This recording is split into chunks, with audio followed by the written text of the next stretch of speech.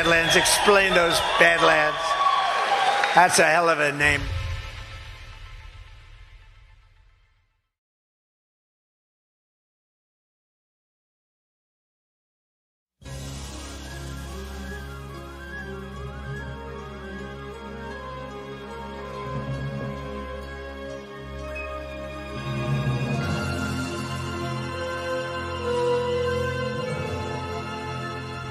But the people are retarded.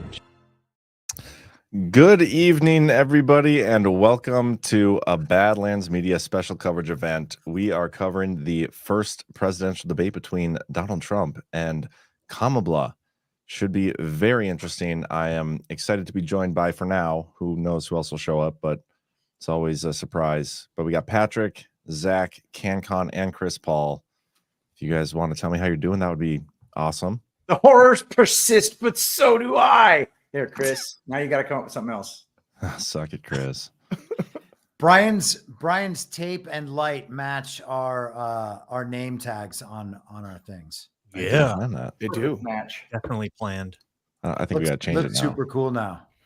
Do you think it looks cool, or is it giving him too much credit? Should I change it? I don't really care, you know. Maybe I'll change the one. Chris, I don't know that I've ever said this to you, but you look like so mysterious Floating with head, your right? lighting. Yeah. I'm trying to get almost as tan as you, Zach. Well, you're doing good, man. Thanks. You're on your way. Well, I have the cheat code. Naturally. Yeah, that's it. Yeah. Man, my lighting's messed up. I left one of my lights in Fargo, and now I only got one. It's Well, always a struggle bus. But anyway, guys, first debate. I'm curious what you guys think. What do you think is going to happen? Do you think Trump's going to wipe the floor with her? Do you think the media, the moderators, are going to be biased or fair? What are you guys expecting from this debate? My concern is that we've got our expectations set unrealistically high after the epic destruction of Joe, whom I'm already starting to miss him, by the way. But all Kamala has to do is not visibly soil herself, and I think she's going to be declared Demosthenes. personally, I mean, I think that it's unrealistic to think that she's going to do as badly as Joe did. I mean, just in terms of her cognitive abilities and her age, you know, she's got a slight edge on Joe Biden, but the policies and the outcomes have all been exactly the same. So I'm pretty certain that Donald Trump just needs to focus on the record itself, which is essentially what he did with Joe Biden. And there's not going to be any ability for her to really counter that. And I mean, there have been perhaps more gaffes with Kamala Harris since she was coronated than Joe Biden would have on like an average weekend. And I mean, she's almost she is a worse candidate than Joe Biden. And she approaches his level of stupidity, which is, it's almost inconceivable, but it's happening. So I think that it's going to be a mop up. Did you see Michael Malice on Rogan saying, you know, the problem is with Kamala, when you criticize her, you get accused of being racist, sexist, ableist. Joe Rogan says, ableist? What do you mean ableist? Because she's retarded. Wow. Good for him. Now you're going to make me on the Badlands Daily. I have that as a clip. Michael Malice saying, because she's retarded. She's literally retarded. I know. It was so good. Michael I think Malice said that? the timing of that joke was so perfect. I think they planned it in advance. And Rogan falling out of his chair was part of the shtick. So Man, go ahead, Chris. Sorry, Brian, go. So I think she put out her platform on Monday, late Sunday evening. She finally put out a platform, and I think that was deliberate, do it right before the debate, because she's flip-flop on so many things that you honestly have to actually read it to know where she, quote unquote, stands on any of these issues that are at hand. They just put out another Afghan report, and I don't know if you guys saw, but Jake Kirby was up there blaming Trump for like 2 straight minutes, saying that the whole thing started because of Donald Trump. So John Kirby? Yeah. John Kirby. Yeah. John Kirby. I always get John Kirby and Jake Sullivan confused. But so definitely expect if Trump goes down the Afghan thing, expect her to fire back and blame him for it. And I'm sure he's prepared for that. Sure. You guys both just mentioned the Kamala agenda that was just put up a couple of nights ago, and Breitbart reported, actually the New Republic reported, a leftist magazine reported that she essentially just copy and pasted the thing from Joe Biden. She is supposed to be representing the change candidate. That is what her campaign was setting out to do, is paint her as a huge alternative to Joe Biden. And she actually copy and pasted his agenda and stuck it on her website 2 days before the debate. I have to bet that she doesn't know anything on that agenda and cannot answer questions about it, which is very, very strange. Hadn't put an agenda out until 2 days before the debate. Then it comes out so that she can actually be checked on that in the debate, but probably doesn't know it, by Obama professionals. All of that is insane to me. I think that, who knows, we might see Kamala just go the route of Biden, and Sunday we find out that she's not running anymore. Well, you know, what's even worse about it is this is not the first time that her campaign has outright plagiarized previous Biden releases. I mean, they did it for her actual presidential documents when she was, applying with the commission and the DNC. I mean, there were certain passages that still said the Biden campaign, referring to the policies that they had planned to enact previously. And then on top of that is the release of her ACLU questionnaire from 2019, where, Trump is going to be all over that. I mean, fentanyl deaths are up 100% since basically Joe Biden came into office. She wanted to cut ICE. She wanted to close all the detention facilities. I mean, she even admitted that she was in favor of taxpayer-funded gender reassignment surgery for illegals. I mean, the trannies in America don't even get that. Yeah, with what you were saying, Chris, about copying the campaign website from Biden, like it's literally in the code that they copied it. You can check that. But whether or not she gets pressed on it, whether or not she knows it, it doesn't matter, because she has a unique way of answering questions with answers that make no sense and are unrelated to the actual question anyway. And that's probably what I'm looking forward to hearing the most. But I did get that Michael Malice clip pulled up, and I want to play this. Hell yeah. Right. If you're going after Officer Harris, you're either racist or sexist or ableist. Right. So they will use ableist. Yeah, because she's a retard. She's literally retarded. I mean, Ukraine is a country in Europe, and Russia is another country and a powerful country. And Russia invaded Ukraine, and that's wrong. What's really important is what can be unburdened by what has been. I think of her as America's wine mom. She's 3 deep by noon, and she's got the 3 phases of wine mom. She's got happy drunk. Oh my God, this cereal's got a rabbit on it. It's so great. Cackling, cackling, cackling. Then there is trying to drunk at work, where you're trying to make sense, but you don't. Space is around us all and unites us all and inspires us all. And then there's I'm being stern so you don't realize how plastered I am. And I'm making a point. That little girl was me. Now I'm going to go upstairs and don't knock on the door because I'm going to pass out. So those are her 3 reach talks, and those are the wine mom phases. So a couple other things, and I don't know if you guys have heard anything new about the debate. So as far as the parameters go, her team got her a smaller like debate stand. What do they call those things? Podium. Podium. There you go. They got her a smaller podium, so she didn't look as small compared to Trump in the side by side, because she's like super small and Trump's the big guy. So that's funny. And then this is one of the moderators. I wanted to highlight this because this was just a couple weeks ago at the DNC convention. It's the lady on the right there. I can't remember her name. Lindsay Davis. And here she is trying to connect Trump to the KKK. Oh, former President Donald Trump is expected to go campaign in Howell, Michigan tomorrow. Many people are aware that a month ago in Howell, KKK protesters marched in the streets with the white robes on and suggested that they support Donald Trump. I'm curious if you make anything about that connection and him going in particular to Howell tomorrow. Remind me again who started the KKK? Yeah. And to be fair, Gretchen Whitmer is the governor of Michigan, where Howell is located. And as somebody who has visited Howell on many different occasions, I barely saw any evidence of the KKK there. I'm just kidding. I never saw any evidence of the KKK there. I went to the outlet mall. The KKK was just the Antifa of its time anyway.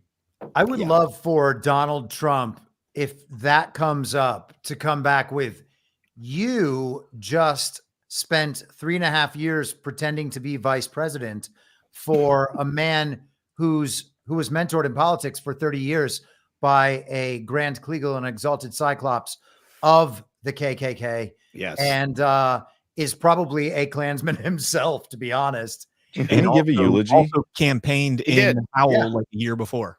Yeah. We should see if we can find the eulogy for Robert Byrd. Chris, Grand Kleagle? Yeah, Kleagle. It's like KL Eagle. That's amazing. It's like Kegel exercises. You want to know another interesting fun fact about Robert Byrd and the KKK? They always chalk it up to he is totally disavowed it. That is not true. What he did was say that it was a bad idea for a young man who wants to get involved in politics to join the Klan. That was how he adjusted. Excellent. Hey, Chris, you brought something up earlier about a replacement, and I want to know, because voting has already started in some places and the ballots are out there. How do you see that working, and like, how would that work? So people that have already cast their ballots, if they cast a mail-in ballot for Kamala, what happens if they replace her? I know exactly how you're going to answer this. I think North Carolina delayed the sending out of ballots, so that actually I don't think has happened yet. I don't think anyone has cast votes. You might be right, and I would defer to you on that. I thought PA did. But aside from that, I mean, we don't have to spend much time on this, and people might not like this, but this is fake. They can do absolutely anything they want. Donald Trump won in 2020 by a lot. He never conceded. Everything that has happened since then must take that fact into account. People don't account for that often enough. And the rules have already been, all of them, violated. All of this, to me, is nonsense. They're going to do whatever they need to do to make the narratives work, and they will figure out the quote-unquote legal side in whatever way they need to, because they have plenty of uniparty power around the country to manipulate elections, quote unquote, however they need to. Yeah, I totally agree with you. And we talk about this a lot on the Power Hour. Fake election, they can pretty much do whatever they want. I don't anticipate that happening, though. Like the switch totally could happen, but I don't think it will. I think they are like narratively stuck with her. And that's what makes this thing so much more interesting to me, is because I think this is like, we're in the end game here. 60 days out. This is now the first glimpse of candidate Kamala that anybody's going to see. She hasn't really done any interviews. She hasn't really done any spur of the moment stuff. This is like her first real opportunity to showcase herself as the future of the Democrat Party. And they're all going to be like face palming themselves by the time this is done. Yeah. If I had to guess. Yeah, I tend to think so. But I mean, as unlikely as I think it will be that they'll do another swap out, I mean, just imagine how weak that would make them look if they did that a second time. Like, I mean, there's some power in that, and I would love to see it. But Zach, how weak do they look tonight if Kamala face plants like Joe Biden? It is actually possible to do worse in a debate than Joe Biden did last time. I agree. Like, everybody realized he was really old and maybe demented and not really in control of too much, and probably not even really president, but it could still get worse, I think. I agree. And it would be so much worse, like orders of magnitude worse, because she's like 50 years younger than Joe Biden. Like, by all rights, she should be more intelligent. She should be more coherent. She should be able to articulate policy positions, but I don't think she can. And so just, taking her spectacular destruction tonight into account, thinking about a second swap out, like, it would be delicious. So the earliest voting is John, you're muted, John. John's muted, so I'm gonna skip over him there. Go ahead. You have my permission. I will say this though, John, okay. in the last debate, I won. We had a little side bet that Joe would step out, and I won that, but we'll cancel out the bottle of whiskey that I owe you for golf. When was this bet? I'm almost positive we made a bet last time because I said Joe was going to drop out. He has to go, and you were like, no. Okay, unless you can find proof of this. Now I'm going to find it. Now I'm all positive that you are making shit up right now. I'm definitely not. Jordan, what's up, man? Yo, can I squeeze in here, gentlemen? You're already Absolutely. squeezed in all the way in. What's You up? may cut in for this dance. You've already crashed the scene, Jordan, so you might as well just run with it. I'll ask you, Jordan. I actually have a worry that we are setting our expectations that Kamala is going to essentially melt down right in front of us, and the expectations are so just subterranean at this point that all she has to do is be mildly human, and she does fine. So not just human, just mildly human. Mild, just a little bit human. Approaching some level of basic humanity. I think all Trump has to bring up are the animals, man. That brings everybody together. The kitty thing? Is that the kitties or the migrants eating kitties? The insane optics of this, like kids are one topic that brings both sides of the aisle together, but you don't touch the animals either. That's a good point.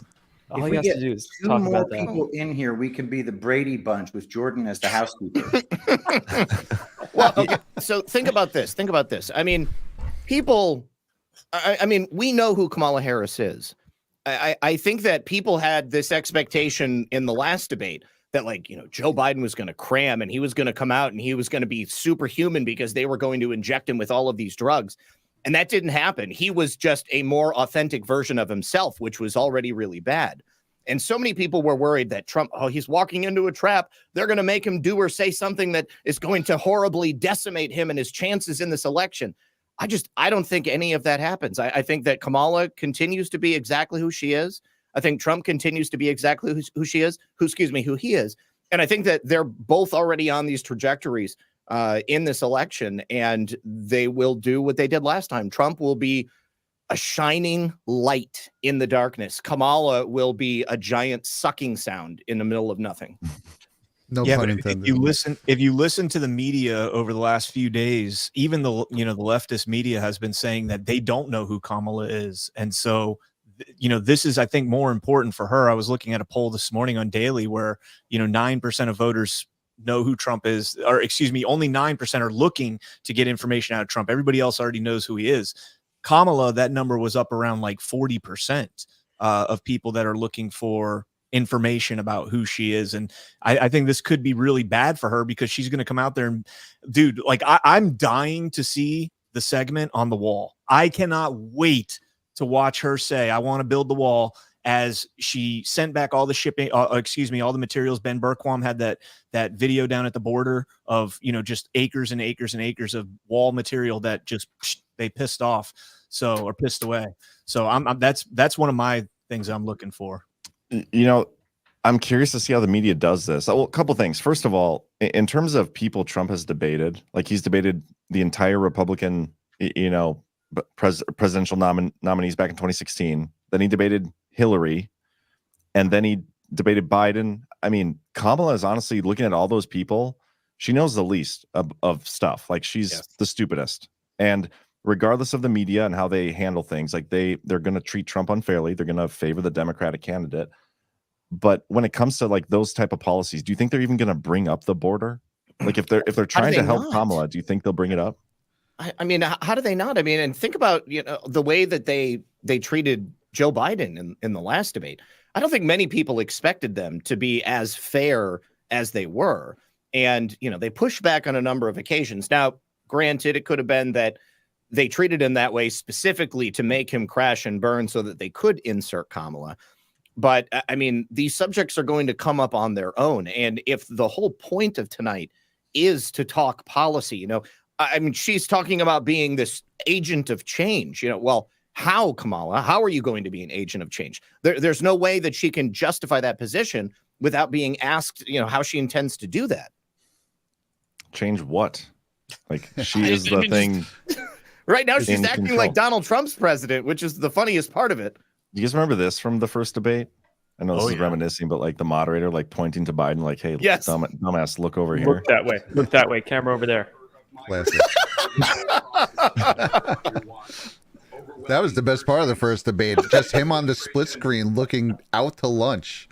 It was terrible. But what you were saying, John, about how she's the dumbest out of all of them, that actually bodes well for her in a weird way. Because, like, what's the saying, right? It's hard to win an argument with a smart person, but it's impossible to win an argument with a dumb person. So that's true. But it's kind of what we're looking at. But is that more so because, like, the dumb person won't accept defeat? But, like, if there's an audience, who's judging the outcome of this debate, right? It's the American people. Yes. And so I think that they're going to be able to judge, like, who's smarter, who's better. One thing they're going to try to trap Trump in is, like, when the mics are muted. Are they still doing that thing? They are. Debate? Yeah. Okay. Same format. Because I saw a video earlier. They have, like, a group of reporters that are really close to the stage, and they're supposed to be simply reporting on the things that are said when the mics are muted. So I think they're going to try to catch Trump in that. So it'll be interesting to see if he goes the same route he did with Biden, where he was very calm, didn't say a word, didn't try to distract him or anything, or if he actually, like, tries to aggressively go after Kamala here, because she has, like, her one-liners prepared, like she did during the Democratic debates. So I'm curious to see how they handle that. I want to see 2016 campaign Trump debate. I love going back and watching those highlights of him trolling Ted Cruz and Jeb Bush and all them. But we're probably going to get 2024 more relaxed, tame Trump so he can sell the public. I agree. Yeah, I think Yeah, so well, too. who said it? It's really both of them are speaking to Kamala's audience, right? I think CanCon, you were saying that. Well, we all know who he is. We all know who she is. They're kind of in the dark a little. I mean, they can't possibly know who she is, or they wouldn't be supporting her. So really, if he shows his presidential side and just shows the gentleman side of Trump, which is a real side of who he has been his whole life, I think it would blow their mind, because the news never shows that side. That's the best way, I think. Did you guys see the MRC Newsbusters did the coverage of the three main ABC, CBS, and NBC, I believe? And David Muir specifically, who's hosting this debate, who's moderating this debate, had a 100% positive coverage of Kamala Harris going all the way back to July 21st when she entered the race. And I think it was 77% negative. No, 80, excuse me, 80. It was 93. Or 93% negative on Donald Trump. So look, Donna Bash and whatever, who's the other guy? Was it Jake Tapper? Who's the third one? Fake Tapper and Dana Bash. Yeah, they actually did a decent job. Dana. Yeah. Kamala made it a point. Excuse me, not Dana. Donna Bash, whatever. Really? Name is. Yeah, she did. It was the weirdest thing, because I've never heard anybody else refer to her as Dana Bash. It's always just Dana Bash. Right. Like she did it because her name is Kamala or Camel or whatever. How do you say it? Kamala. No, Kamala. I think her name is Dana Bash. Well, I've only ever heard people call her Dana. Oh yeah, I think that's wrong. No, it is actually wrong. I put a post up about that and I had to take it down because I felt stupid. I love how they have Donna Brazil on their broadcast right now before this debate. Nothing could be more perfect. It could not be better than to start a fake debate with Donna Brazil up there to remind everybody, oh yeah, I'm the one who gives away the questions. Yes. Hey, real quick, guys, before the debate coverage starts, we got to get a word in from our sponsor of tonight's stream. Patrick, are you ready to roll? Oh, I am ready. All right, let's do this real quick, and then we'll get back to the coverage. Badlanders, we are inviting you to gather for a great cause. Next of Can's second annual charity golf event is happening Saturday, September 28th. At Majestic Oaks Golf Course in Ham Lake, Minnesota. There are 3 ways you can participate. First, call a couple of friends and put a foursome together. This includes a day of golf, 2 golf carts, a Bloody Mary bar sponsored by another Badlander, lunch and dinner for 4, and an opportunity to participate in a live auction of sports collectibles. Second is to sponsor a table for 4 for dinner and auction. Third, sponsor another team of 4 or sponsor a whole. We have relationships with local military, law enforcement, first responders, teachers, and nurses. We have room for 9 more teams. So please join us. You will love the atmosphere and the people you'll meet there. Visit nextofcan, CAN.org, or email nextofcan@gmail.com. We look forward to meeting you. And if I played golf, which I don't, I would be on a plane to Minnesota the night before. And if I didn't have my kids that weekend, I would be there as well. But also, guys, if any of you Badlanders are out there in Minnesota, Badlands would actually like to help sponsor a team. So reach out, Patrick. You should give your email because I don't want to give mine out. I check it. pdonalds@gmail.com. If you get 3 and you need a 4th, I'll play. Okay, but can. I want to win. So we don't want can on the dude. I promise you. Just kidding, bro. Just kidding. All right, guys, we're getting close. They have Priebus on. Yeah. Well, I mean, Donna Brazil was DNC chair. Priebus was RNC chair. Man, this is crazy. I'm going to be watching this like directly from the YouTube TV and the ABC coverage, unless you guys can think of a better way to watch it. No, that'll probably be reliable. Hey, how long do you think after this debate it's going to take before the conversation about whether or not Kamala Harris is actually legally allowed to serve as president will take place? That could be the out. Well, we'll see. Well, maybe it'll be immediately after if she does bad enough, just like the Biden debate. That's the thing, though. The ballots are printed, though, already. Ballots are printed. Obama has been president. And, as far as I can tell, he's ineligible in 17 different ways. So I don't think eligibility matters in this little stage production that we're watching. Yeah, we'll see how it goes. It's going to be fun. If the media comes out afterwards and is like, oh, my God, she nailed it, then the fix is in. They're going to stick with her. But if they start questioning her at all, maybe you're right, Chris. Maybe they will try to actually do another last-minute switcheroo. Are you guys familiar with the literary, I guess, I don't know, folklore, whatever it's called, Chekhov's gun? It's the idea where if you show a gun, later on it has to be fired.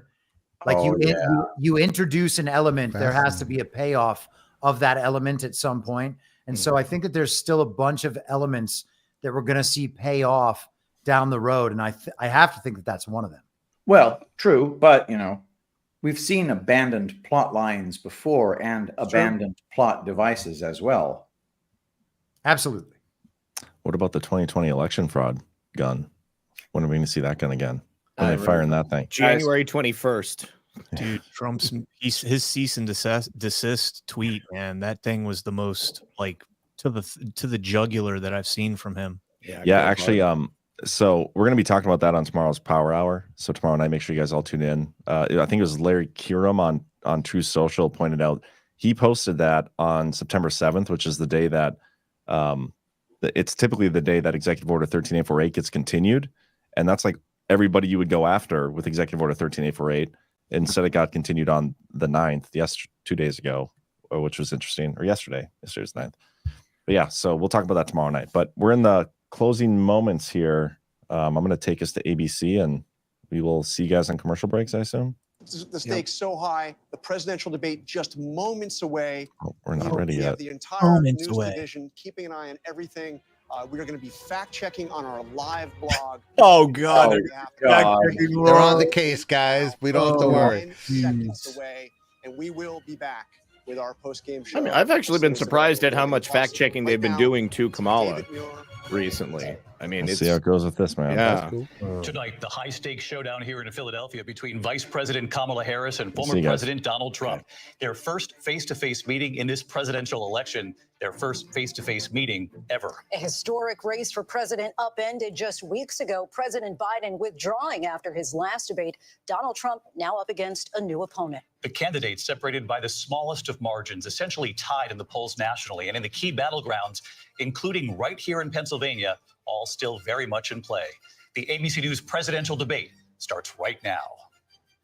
This is an ABC News special, the most consequential moment of this campaign. Kamala Harris, Together, we will chart a new way forward. Donald Trump, We will soon be a great nation again. face to face, historic. The ABC News presidential debate.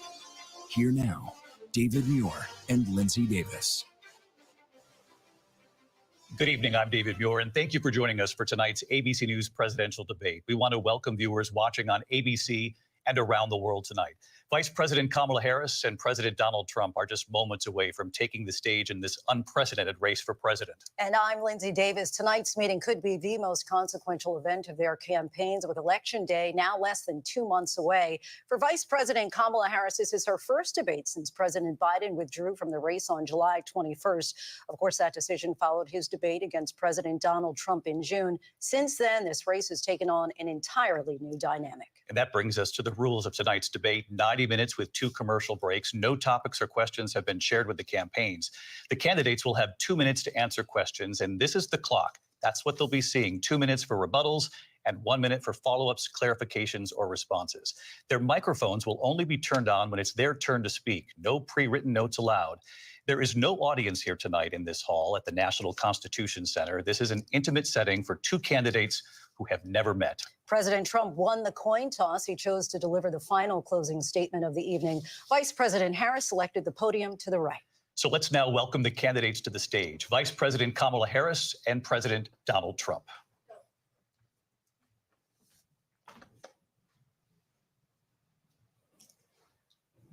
Kamala Harris.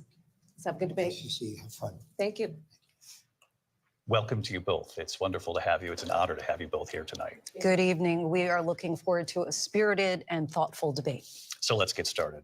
I want to begin tonight with the issue that voters repeatedly say is their #1 issue, and that is the economy and the cost of living in this country.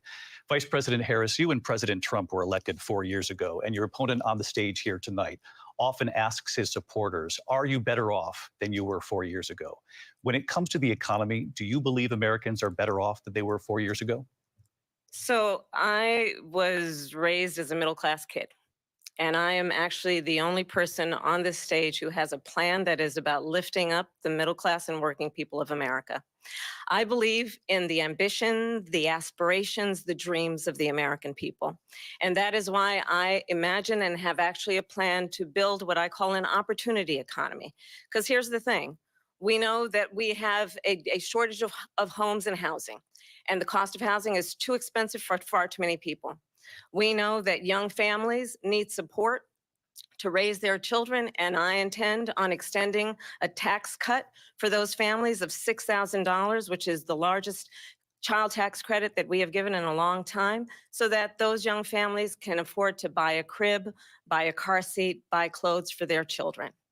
My passion, one of them, is small businesses. My mother raised my sister and me, but there was a woman who helped raise us. We call her our second mother. She was a small business owner. I love our small businesses. My plan is to give a $50,000 tax deduction to start up small businesses, knowing they are part of the backbone of America's economy. My opponent, on the other hand, his plan is to do what he has done before, which is to provide a tax cut for billionaires and big corporations, which will result in $5 trillion to America's deficit. My opponent has a plan that I call the Trump sales tax, which would be a 20% tax on everyday goods that you rely on to get through the month. Economists have said that Trump sales tax would actually result for middle-class families in about $4,000 more a year, because of his policies and his ideas about what should be the backs of middle-class people paying for tax cuts for billionaires. President Trump, I'll give you 2 minutes. First of all, I have no sales tax. That's an incorrect statement. She knows that. We're doing tariffs on other countries. Other countries are going to finally, after 75 years, pay us back for all that we've done for the world. And the tariff will be substantial in some cases. I took in billions and billions of dollars, as you know, from China. In fact, they never took the tariff off because there was so much money they can't. It would totally destroy everything that they've set out to do. They're taking in billions of dollars from China and other places. They've left the tariffs on. When I had it, I had tariffs, and yet I had no inflation. Look, we've had a terrible economy because inflation which is really known as a country buster. It breaks up countries. We have inflation like very few people have ever seen before, probably the worst in our nation's history. We were at 21%, but that's being generous because many things are 50, 60, 70, and 80% higher than they were just a few years ago. This has been a disaster for people, for the middle class, but for every class. On top of that, we have millions of people pouring into our country from prisons and jails, from mental institutions and insane asylums. And they're coming in and they're taking jobs that are occupied right now by African Americans and Hispanics, and also unions. Unions are going to be affected very soon. And you see what's happening. You see what's happening with towns throughout the United States. You look at Springfield, Ohio. You look at Aurora in Colorado. They are taking over the towns. They're taking over buildings. They're going in violently. These are the people that she and Biden led into our country, and they're destroying our country. They're dangerous. They're at the highest level of criminality, and we have to get them out. We have to get them out fast. I created one of the greatest economies in the history of our country. I'll do it again and even better. We are going to get to immigration and border security during this debate, but I would like to let Vice President Harris respond on the economy here. Well, I would love to. Let's talk about what Donald Trump left us. Donald Trump left us the worst unemployment since the Great Depression. Donald Trump left us the worst public health epidemic in a century. Donald Trump left us the worst attack on our democracy since the Civil War. And what we have done is clean up Donald Trump's mess.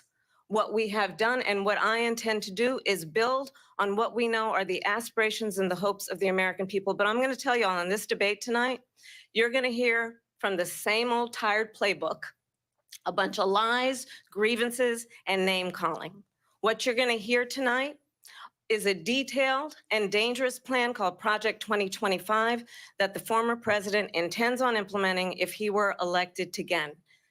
I believe very strongly that the American people want a president who understands the importance of bringing us together, knowing we have so much more in common than what separates us.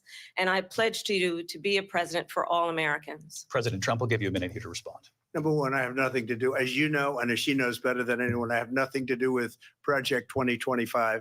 That's out there. I haven't read it. I don't want to read it purposely. I'm not going to read it. This was a group of people that got together. They came up with some ideas, I guess some good, some bad, but it makes no difference. I have nothing to do. Everybody knows I'm an open book. Everybody knows what I'm going to do. Cut taxes very substantially and create a great economy like I did before. We had the greatest economy. We got hit with a pandemic. And the pandemic was not since 1917, where 100 million people died, has there been anything like it. We did a phenomenal job with the pandemic. We handed them over a country where the economy and where the stock market was higher than it was before the pandemic came in. Nobody's ever seen anything like it. We made ventilators for the entire world. We got gowns, we got masks, we did things that nobody thought possible. And people give me credit for rebuilding the military. They give me credit for a lot of things, but not enough credit for the great job we did with the pandemic. But the only jobs they got were bounce back jobs. These were jobs bounced back, and it bounced back and it went to their benefit. But I was the one that created them. They know it, and so does everybody else. Vice President Harris, I'll let you respond. So Donald Trump has no plan for you. And when you look at his economic plan, it's all about tax breaks for the richest people. I am offering what I describe as an opportunity economy, and the best economists in our country, if not the world, have reviewed our relative plans for the future of America. What Goldman Sachs has said is that Donald Trump's plan would make the economy worse. Mine would strengthen the economy. What the Wharton School has said is Donald Trump's plan would actually explode the deficit. 16 Nobel laureates have described his economic plan as something that would increase inflation and by the middle of next year would invite a recession. You just have to look at where we are and where we stand on the issues. And I'd invite you to know that Donald Trump actually has no plan for you because he is more interested in defending himself than he is in looking out for you. It's just a soundbite. They gave her that to say. Look, I went to the Wharton School of Finance, and many of those professors, the top professors, think my plan is a brilliant plan. It's a great plan. It's a plan that's going to bring up our worth, our value as a country. It's going to make people want to be able to go and work and create jobs and create a lot of good, solid money for our country. And just to finish off, she doesn't have a plan. She copied Biden's plan, and it's like 4 sentences, like run, spot, run. 4 sentences that are just, oh, we'll try and lower taxes. She doesn't have a plan. Take a look at her plan. She doesn't have a plan. Mr. President, I do want to drill down on something you both brought up. The vice president brought up your tariffs. You responded, and let's drill down on this because your plan is what she calls is essentially a national sales tax. Your proposal calls for tariffs, as you pointed out here, on foreign imports across the board. You recently said that you might double your plan, imposing tariffs up to 20% on goods coming into this country. As you know, many economists say that with tariffs at that level, costs are then passed on to the consumer. Vice President Harris has argued it'll mean higher prices on gas, food, clothing, medication, arguing it costs the typical family nearly $4,000 a year. Do you believe Americans can afford higher prices because of tariffs? They're not going to have higher prices. What's going to have and who's going to have higher prices is China and all of the countries that have been ripping us off for years. I was the only president ever. China was paying us hundreds of billions of dollars, and so were other countries. And, you know, if she doesn't like them, they should have gone out and they should have immediately cut the tariffs. But those tariffs are there 3.5 years now under their administration. We are going to take in billions of dollars, hundreds of billions of dollars.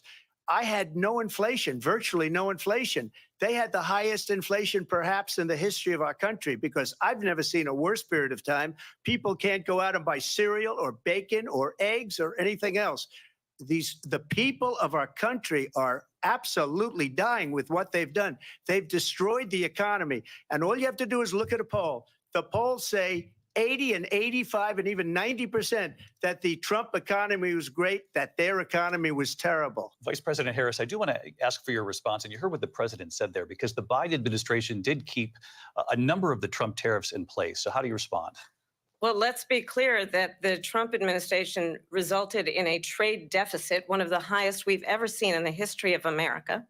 He invited trade wars. You want to talk about his deal with China? What he ended up doing is under Donald Trump's presidency, he ended up selling American chips to China to help them improve and modernize their military, basically sold us out, when a policy about China should be in making sure the United States of America wins the competition for the 21st century, which means focusing on the details of what that requires, focusing on relationships with our allies, focusing on investing in American-based technology so that we win the race on AI, on quantum computing, focusing on what we need to do to support America's workforce so that we don't end up having on the short end of the stick in terms of workers' rights. But what Donald Trump did, let's talk about this, with COVID, is he actually thanked President Xi for what he did during COVID. Look at his tweet.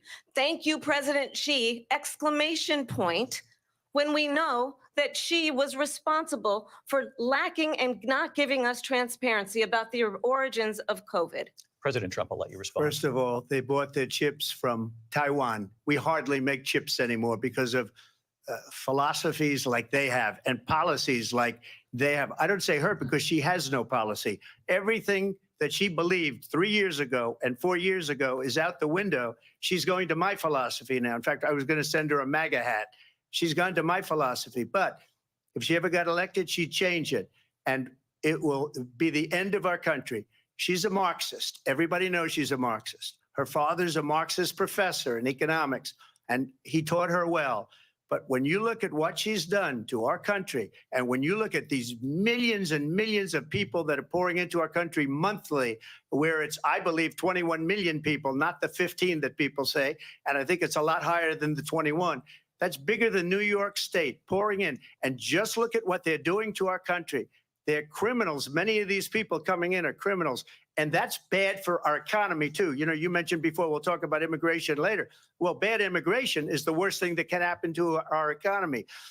They have, and she has, destroyed our country with policy that's insane. Almost policy that you'd say they have to hate our country. President Trump, thank you. Lindsay?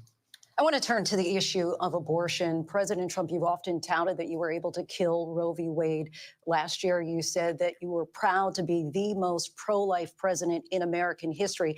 Then last month, you said that your administration would be great for women and their reproductive rights. In your home state of Florida, you surprised many with regard to your 6-week abortion ban because you initially had said that it was too short. And you said, quote, I'm going to be voting that we need more than 6 weeks. But then the very next day, you reversed course and said you would vote to support the 6-week ban. Vice President Harris says that women shouldn't trust you on the issue of abortion because you've changed your position so many times. Therefore, why should they trust you? Well, the reason I'm doing that vote is because the plan is, as you know, the vote is, they have abortion in the 9th month. They even have, and you can look at the governor of West Virginia, the previous governor of West Virginia, not the current governor, who's doing an excellent job, but the governor before, he said the baby will be born and we will decide what to do with the baby. In other words, we'll execute the baby. And that's why I did that, because that predominates, because they're radical. The Democrats are radical in that. And her vice presidential pick, which I think was a horrible pick, by the way, for our country, because he is really out of it. But her vice presidential pick says abortion in the 9th month is absolutely fine. He also says execution after birth. It's execution, no longer abortion, because the baby is born, is okay. And that's not okay with me, hence the vote. But what I did is something for 52 years, they've been trying to get Roe v. Wade into the states. And through the genius and heart and strength of 6 Supreme Court justices, we were able to do that. Now, I believe in the exceptions for rape, incest, and life of the mother. I believe strongly in it. Ronald Reagan did also. 85% of Republicans do. Exceptions. Very important. But we were able to get it, and now states are voting on it. And for the first time, you're going to see, look, this is an issue that's torn our country apart for 52 years.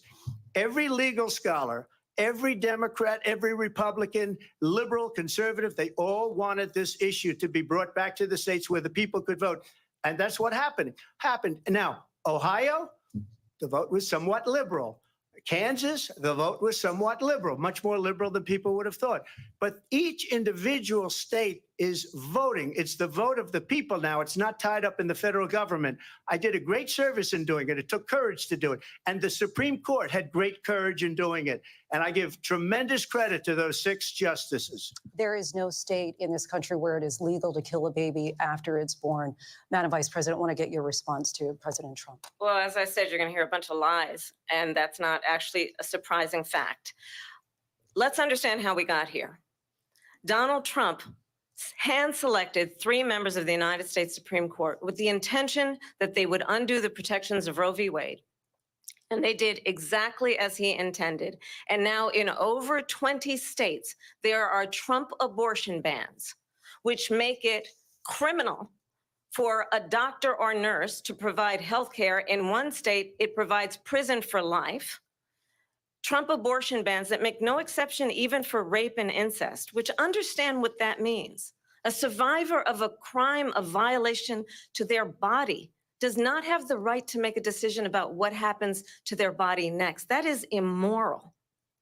And one does not have to abandon their faith or deeply held beliefs to agree. The government, and Donald Trump certainly, should not be telling a woman what to do with her body. I have talked with women around our country. You want to talk about this is what people wanted?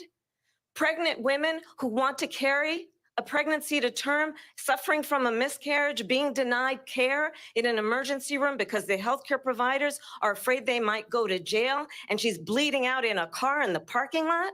She didn't want that. Her husband didn't want that. A 12 or 13-year-old survivor of incest being forced to carry a pregnancy to term. They don't want that. And I pledge to you, when Congress passes a bill to put back in place the protections of Roe v. Wade, as President of the United States, I will proudly sign it into law. But understand, If Donald Trump were to be reelected, he will sign a national abortion ban. Understand, in his Project 2025, there would be a national abortion, a monitor that would be monitoring your pregnancies, your miscarriages. I think the American people believe that certain freedoms, in particular the freedom to make decisions about one's own body, should not be made by the government. Thank you, Vice President Harris. Well, there she goes again. It's a lie. I'm not signing a ban, and there's no reason to sign a ban because we've gotten what everybody wanted. Democrats, Republicans, and everybody else, and every legal scholar wanted it to be brought back into the states, and the states are voting. And it may take a little time, but for 52 years, this issue has torn our country apart, and they've wanted it back in the states. And I did something that nobody thought was possible. The states are now voting. What she says is an absolute lie. And as far as the abortion ban, no, I'm not in favor of abortion ban, but it doesn't matter because this issue has now been taken over by the states. Would you veto a national abortion ban if it came Well, to I your won't desk? have to because, again, two things. Number one, she said she'll go back to Congress. She'll never get the vote. It's impossible for her to get the vote, especially now with the 50-50 and essentially 50-50 in both Senate and the House. She's not going to get the vote. She can't get the vote. She won't even come close to it. So it's just talk. You know what it reminds me of when they said they're going to get student loans terminated, and it ended up being a total catastrophe. The student loans, and then her, I think probably her boss, if you call him a boss, he spends all his time on the beach. But look, her boss went out and said, we'll do it again. We'll do it a different way. And he went out, got rejected again by the Supreme Court. So all these students got taunted with this whole thing about this whole idea and how unfair that would have been. Part of the reason they lost to the millions and millions of people that had to pay off their student loans. They didn't get it for free, but they were saying it's the same way that they talked about that they talk about abortion. But if I could just get a yes or no, because your running mate, J.D. Vance, has said that you would veto it if it did come to your desk. Well, I didn't discuss it with J.D. In all fairness, J.D. And I don't mind if he has a certain view, but I think he was speaking for me, but I really didn't. Look, we don't have to discuss it because she'd never be able to get it, just like she couldn't get student loans. They couldn't get student loans. They didn't even come close to getting student loans. They taunted young people and a lot of other people that had loans. They can never get this approved. So it doesn't matter what she says about going to Congress. So wonderful. Let's go to Congress, do it. But the fact is that for years, they wanted to get it out of Congress and out of the federal government. And we did something that everybody said couldn't be done. And now you have a vote of the people on abortion. Vice President Harris, I want to give you your time to respond, but I do want to ask, would you support any restrictions on a woman's right to an abortion? I absolutely support reinstating the protections of Roe v. Wade. And as you rightly mentioned, nowhere in America is a woman carrying a pregnancy to term and asking for an abortion. That is not happening. It's insulting to the women of America. And understand what has been happening under Donald Trump's abortion bans. Couples who pray and dream of having a family are being denied IVF treatments. What is happening in our country? Working people, working women who are working one or two jobs, who can barely afford childcare as it is, have to travel to another state to get on a plane sitting next to strangers to go and get the health care she needs. Barely can afford to do it, and what you are putting her through is unconscionable. And the people of America have not, the majority of Americans believe in a woman's right to make decisions about her own body. And that is why in every state where this issue has been on the ballot, in red and blue states both, the people of America have voted for freedom. Vice President Harris, Excuse me, I thank have you. to respond. Another lie. It's another lie. I have been a leader on IVF, which is fertilization. The IVF, I have been a leader. In fact, when they got a very negative decision on IVF from the Alabama courts, I saw the people of Alabama and the legislature 2 days later voted it in. I've been a leader on it. They know that, and everybody else knows it.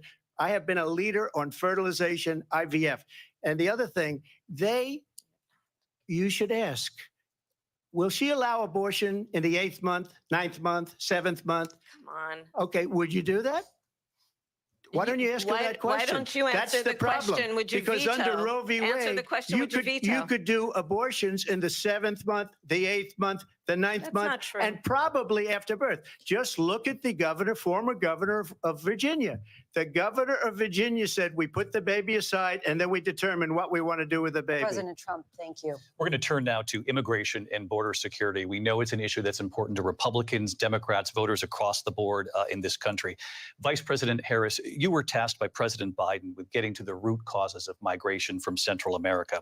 We know that illegal border crossings reached a record high in the Biden administration. This past June, President Biden imposed tough new asylum restrictions. We know the numbers since then have dropped significantly. But my question to you tonight is, why did the administration wait until 6 months before the election to act? And would you have done anything differently from President Biden on this? So I'm the only person on this stage who has prosecuted transnational criminal organizations for the trafficking of guns, drugs, and human beings. And let me say that the United States Congress, including some of the most conservative members of the United States Senate, came up with a border security bill which I supported.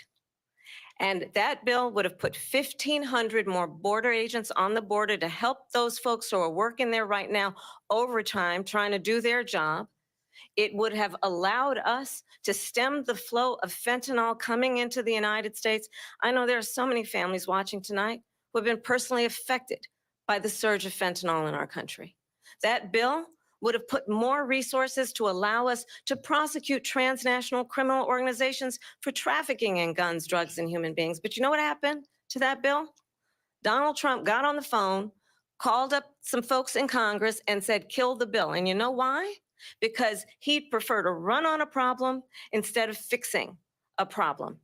And understand, this comes at a time where the people of our country actually need a leader who engages in solutions, who actually addresses the problems at hand. But what we have in the former president is someone who would prefer to run on a problem instead of fixing a problem. And I'll tell you something, he's going to talk about immigration a lot tonight, even when it's not the subject that is being raised. And I'm going to actually do something really unusual, and I'm going to invite you to attend one of Donald Trump's rallies, because it's a really interesting thing to watch. You will see during the course of his rallies, he talks about fictional characters like Hannibal Lecter. He will talk about windmills cause cancer. And what you will also notice is that people start leaving his rallies early out of exhaustion and boredom. And I will tell you, the one thing you will not hear him talk about is you. You will not hear him talk about your needs, your dreams, and your desires. And I'll tell you, I believe you deserve a president who actually puts you first. And I pledge to you that I will. Vice President Harris, thank you. President Trump, on that point, I want to get your response. Well, I would like to respond. Let me just ask, though, why did you try to kill that bill, and successfully so? That would have put thousands of additional agents and officers on the border. First, let me respond as to the Please. rallies. She said people start leaving. People don't go to her rallies. There's no reason to go. And the people that do go, she's bussing them in and paying them to be there, and then showing them in a different light. So she can't talk about that. People don't leave my rallies. We have the biggest rallies, the most incredible rallies in the history of politics. That's because people want to take their country back. Our country is being lost. We're a failing nation. And it happened 3.5 years ago. And what's going on here, you're going to end up in World War III, just to go into another subject. What they have done to our country by allowing these millions and millions of people to come into our country, and look at what's happening to the towns all over the United States. And a lot of towns don't want to talk. It's not going to be Aurora or Springfield. A lot of towns don't want to talk about it because they're so embarrassed by it. In Springfield, they're eating the dogs, the people that came in. They're eating the cats. They're eating the pets of the people that live there. And this is what's happening in our country, and it's a shame. As far as rallies are concerned, as far as the reason they go is they like what I say. They want to bring our country back. They want to make America great again. It's a very simple phrase, make America great again. She's destroying this country, and if she becomes president, this country doesn't have a chance of success. Not only success, we'll end up being Venezuela on steroids. I just want to clarify here. You bring up Springfield, Ohio, and ABC News did reach out to the city manager there. He told us there have been no credible reports of specific claims of pets being harmed, injured, or abused by individuals within the immigrant community. Well, All I've this, seen people on television. Let me just say here, this is the people on television say my dog was taken and used for food. So maybe he said that, and maybe that's a good thing to say for a city manager. I'm not taking this from but television. The people I'm on taking it from television the city saying manager. their dog was eaten by the people that went there.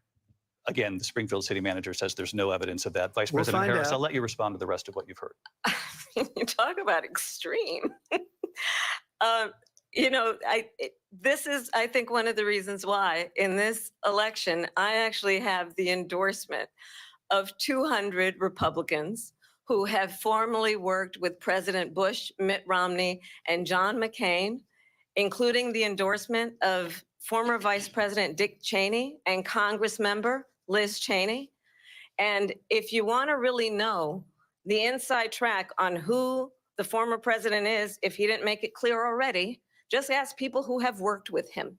His former chief of staff, a 4-star general, has said he has contempt for the Constitution of the United States. His former national security advisor has said he is dangerous and unfit. His former Secretary of Defense has said the nation, the republic, would never survive another Trump term. And when we listen to this kind of rhetoric, when the issues that affect the American people are not being addressed, I think the choice is clear in this election. President Trump, I'll give you a quick minute to respond here. Thank you. Because when I hear that, see, I'm a different kind of a person. I fired most of those people. Not so graciously. They did bad things or a bad job. I fired them. They never fired one person. They didn't fire anybody having to do with Afghanistan and the Taliban and the 13 people who's were just killed, viciously and violently killed. And I got to know the parents and the family. They didn't fire. They should have fired all those generals, all those top people, because that was one of the most incompetently handled situations anybody has ever seen. So when somebody does a bad job, I fire him. And you take a guy like Esper, he was no good, I fired him. So he writes a book. Another one writes a book, because with me, they can write books. With nobody else can they? But they have done such a poor job, and they never fire anybody. Look at the economy. Look at the inflation. They didn't fire any of their economists. They have the same people. That's a good way not to have books written about you. But just to finish, I got more votes than any Republican in history by far. In fact, I got more votes than any president, sitting president in history by far. Let me continue on immigration. It was what you wanted to talk about earlier. So let's get back to your deportation proposal that the vice president has reacted to as well. President Trump, you call this the largest domestic deportation operation in the history of our country. You say you would use the National Guard. You say if things get out of control, you'd have no problem using the U.S. military. Police, yes. You also said you would use local police. How would you deport 11 million undocumented immigrants? I know you believe that number is much higher. Take us through this. What does this look like? Will authorities be going door to door in this country? Yeah, it is much higher because of them. They allowed criminals, many, many millions of criminals. They allowed terrorists. They allowed common street criminals. They allowed people to come in, drug dealers, to come into our country. And they're now in the United States and told by their countries like Venezuela, don't ever come back or we're going to kill you. Do you know that crime in Venezuela and crime in countries all over the world is way down? You know why? Because they've taken their criminals off the street and they've given them to her to put into our country. And this will be one of the greatest mistakes in history for them to allow. And I think they probably did it because they think they're going to get votes, but it's not worth it because they're destroying the fabric of our country by what they've done. There's never been anything done like this at all. They've destroyed the fabric of our country.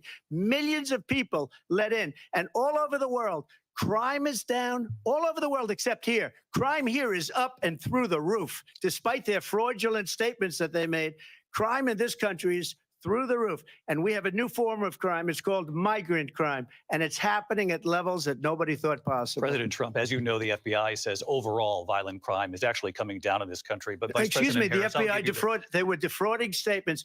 They didn't include the worst cities. They didn't include the cities with the worst crime. It was a fraud, just like their number of 818,000 jobs that they said they created turned out to be a fraud. President Trump, thank you. I'll let you respond, Vice President Harris. Well, I think this is so rich coming from someone who has been prosecuted for national security crimes, economic crimes, election interference, has been found liable for sexual assault, and his next big court appearance is in November at his own criminal sentencing. And let's be clear where each person stands on the issue of what is important about respect for the rule of law and respect for law enforcement. The former vice president called for defunding federal law enforcement, 45,000 agents, get this, on the day after he was arraigned on 34 felony counts.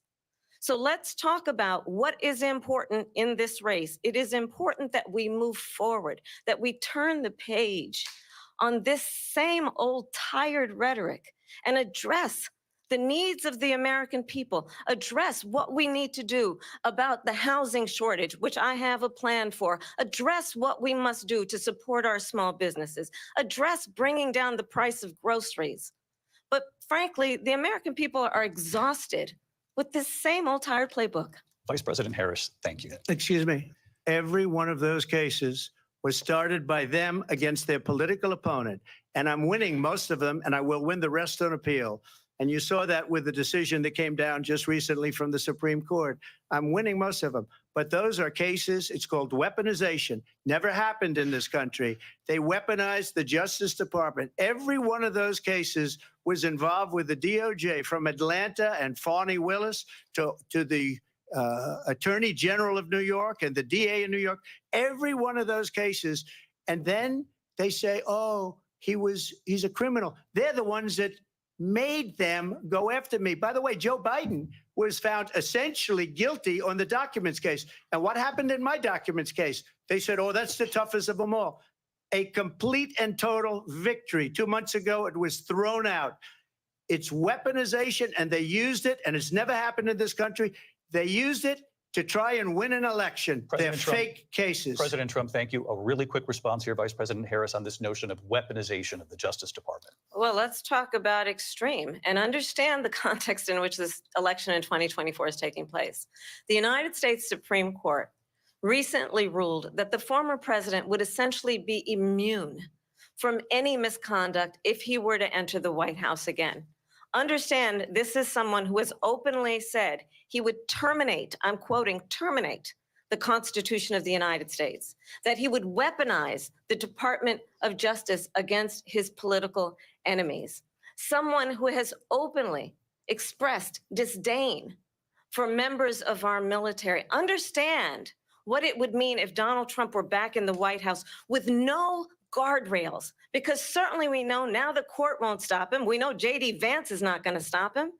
It's up to the American people Vice President to stop Harris, him. thank you. Lindsay? Vice President Harris, in your last run for president.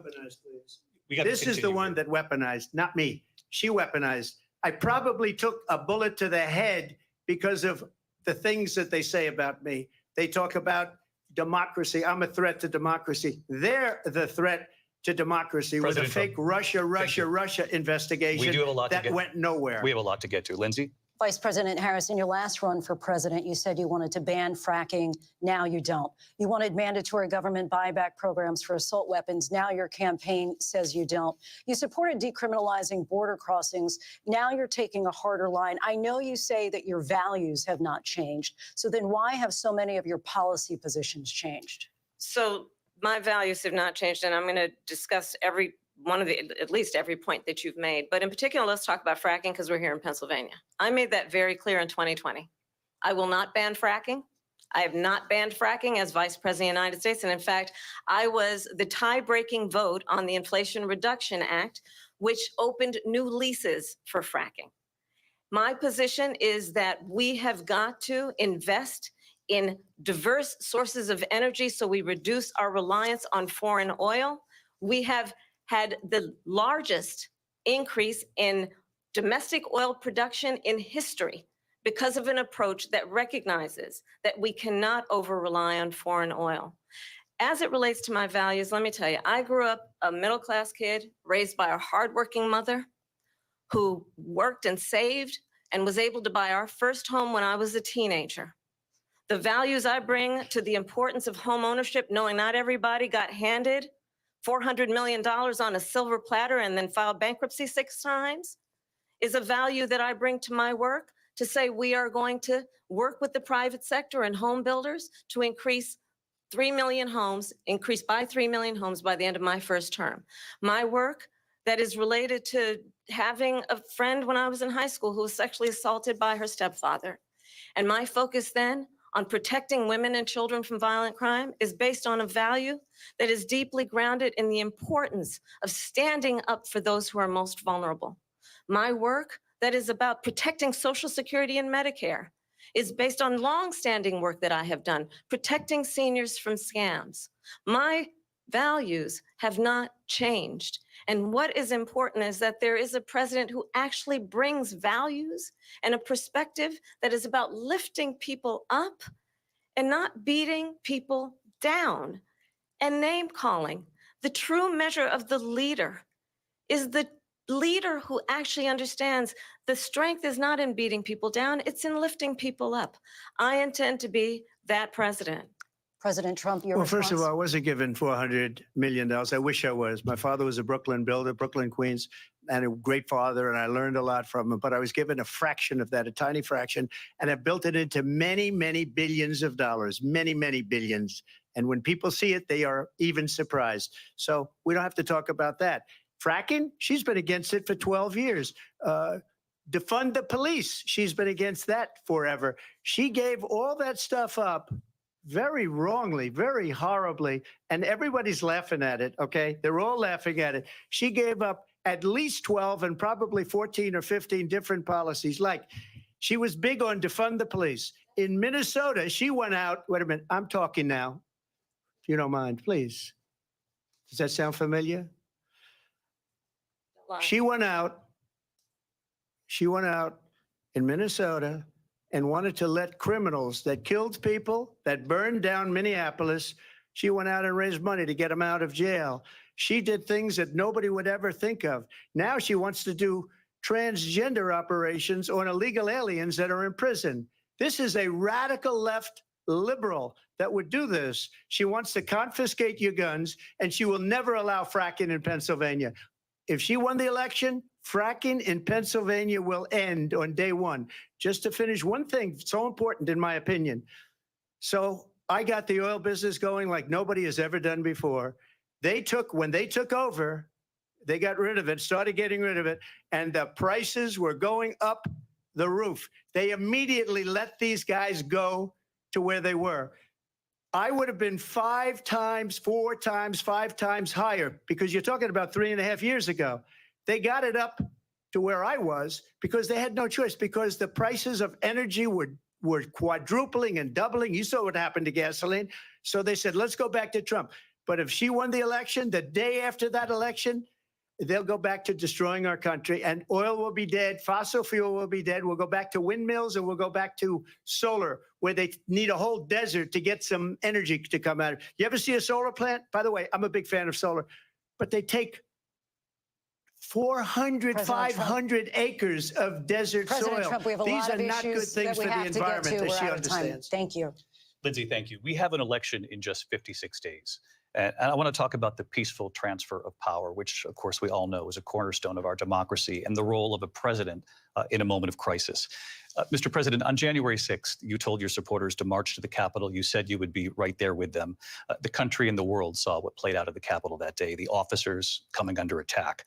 Aides in the West Wing say you watched it unfold on television off the Oval Office. You did send out tweets, but it was more than 2 hours before you sent out that video message telling your supporters to go home. Is there anything you regret about what you did on that day? You just said a thing that isn't covered. Peacefully and patriotically, I said during my speech, not later on. peacefully and patriotically. And nobody on the other side was killed. Ashley Babbitt was shot by an out-of-control police officer that should have never, ever shot her. It's a disgrace. But we didn't do this group of people that have been treated so badly. I ask, what about all the people that are pouring into our country and killing people that she allowed to pour in? She was the border czar. Remember that. She was the border czar. She doesn't want to be called the border czar because she's embarrassed by the border. In fact, she said at the beginning, well, I'm surprised you're not talking about the border yet. That's because she knows what a bad job they've done. What about those people? When are they going to be prosecuted? When are these people from countries all over the world, not just South America? They're coming in from all over the world, David, all over the world. And crime rates are down all over the world because of it. But let me just when ask are those, David, when are those people going to be prosecuted? When are the people that burned down Minneapolis going to be prosecuted? Or in Seattle? They went into Seattle. They took over a big percentage of the city of Seattle. When are those people going to be prosecuted? But let me just ask you. You might ask her that question. You were the president. You were watching it unfold on television. It's a very simple question as we move forward toward another election. Is there anything you regret about what you did on that day? Yes or no? I had nothing to do with that other than they asked me to make a speech. I showed up for a speech. I said, I think it's going to be big. I went to Nancy Pelosi and the mayor of Washington, D.C., and the mayor put it back in writing, as you know. I said, you know, this is going to be a very big rally or whatever you want to call it. And again, it wasn't done by me. It was done by others. I said, I'd like to give you 10,000 National Guard or soldiers. They rejected me. Nancy Pelosi rejected me. It was just 2 weeks ago, her daughter has a tape of her saying she is fully responsible for what happened. They want to get rid of that tape. It would have never happened if Nancy Pelosi and the mayor of Washington did their jobs. I wasn't responsible for security. Nancy Pelosi was responsible. She didn't do her job. The question was about you as president, not about former Speaker Pelosi. But I do want Vice President Harris to respond here. I was at the Capitol on January 6th. I was the vice president-elect. I was also an acting senator. I was there. And on that day, the president of the United States incited a violent mob to attack our nation's capital, to desecrate our nation's capital. On that day, 140 law enforcement officers were injured, and some died. And understand, the former president has been indicted and impeached for exactly that reason. But this is not an isolated situation. Let's remember Charlottesville, where there was a mob of people carrying tiki torches, spewing anti-Semitic hate. And what did the president then at the time say? There were fine people on each side. Let's remember that when it came to the Proud Boys, a militia, the president said, the former president said, stand back and stand by. So for everyone watching who remembers what January 6th was, I say, we don't have to go back. Let's not go back. We're not going back. It's time to turn the page. And if that was a bridge too far for you, well, there is a place in our campaign for you to stand for country, to stand for our democracy, to stand for rule of law, and to end the chaos, and to end the approach that is about attacking the foundations of our democracy because you don't like the outcome. And be clear on that point. Donald Trump, the candidate, has said in this election there will be a bloodbath if this and the outcome of this election is not to his liking. Let's turn the page on this. Let's not go back. Let's chart a course for the future and not go backwards to the past. Let me just follow up here. It was a different term, and it was a term that related to energy because they have destroyed our energy business. That was where bloodbath was. Also, on Charlottesville, that story has been, as you would say, debunked. Laura Ingraham, Sean Hannity, Jesse, all of these people, they covered it. If they go an extra sentence, they will see it was perfect. It was debunked in almost every newspaper, but they still bring it up, just like they bring 2025 up. They bring all of this stuff up. I ask you this, you talk about the Capitol. Why are we allowing these millions of people to come through on the southern border. How come she's not doing anything? And I'll tell you what I would do, and I would be very proud to do it. I would say we would both leave this debate right now. I'd like to see her go down to Washington, D.C. during this debate, because we're wasting a lot of time. Go down to, because she's been so bad, it's so ridiculous. Go down to Washington, D.C. and let her sign a bill to close up the border, because they have the right to do it. They don't need bills. They have the right to do it. The president of the United States, you'll get him out of bed. You'll wake him up at 4 o'clock in the afternoon. You'll say, come on down to the office. Let's sign a bill.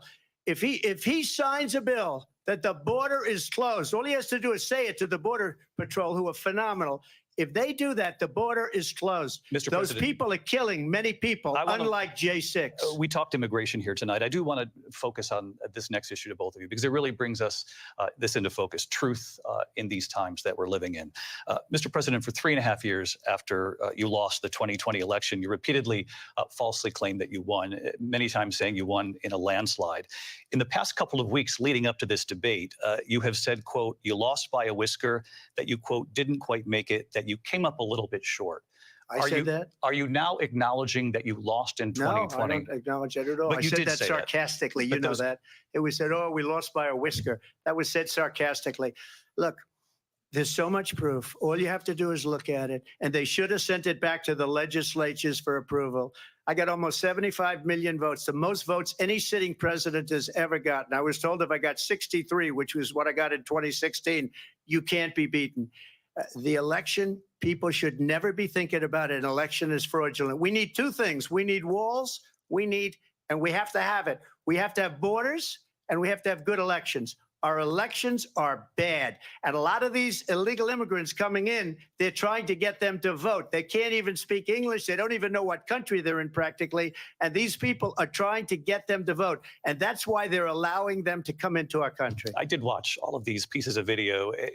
I didn't detect the sarcasm, lost by a whisker. We didn't quite make it. And we should just point out here as clarification, and you know this, you and your allies, 60 cases in front of many judges, many of them No judge Republican, looked at it. and said They there was said no we didn't have widespread fraud. standing. That's the other thing. They said we didn't have standing, a technicality. Can you imagine a system where a person in an election doesn't have standing? The president of the United States doesn't have standing. That's how we lost. If you look at the facts, and I'd love to have you'll do a special on it. I'll show you Georgia, and I'll show you Wisconsin, and I'll show you Pennsylvania, and I'll show you. We have so many facts and statistics, but you know what? That doesn't matter, because we have to solve the problem that we have right now. That's old news. And the problem that we have right now is we have a nation in decline, and they have put it into decline. We have a nation that is dying, David. Mr. President, thank you. Vice President Harris, you heard the president there tonight. He said he didn't say that he lost by a whisker. So he still believes he did not lose the election that was won by President Biden and yourself. But I do want to ask you about something that's come up in the last couple of days. This was a post from President Trump about this upcoming election just weeks away. He said, when I win, those people who cheated, and then he lists donors, voters, election officials, he says will be prosecuted to the fullest extent of the law, which will include long-term prison sentences. One of your campaign's top lawyers responded saying, we won't let Donald Trump intimidate us. We won't let him suppress the vote. Is that what you believe he's trying to do here? Donald Trump was fired by 81 million people. So let's be clear about that. And clearly he is having a very difficult time processing that. But we cannot afford to have a president of the United States who attempts, as he did in the past, to upend the will of the voters in a free and fair election. And I'm going to tell you that I have traveled the world as vice president of the United States, and world leaders are laughing at Donald Trump. I have talked with military leaders, some of whom worked with you, and they say you're a disgrace.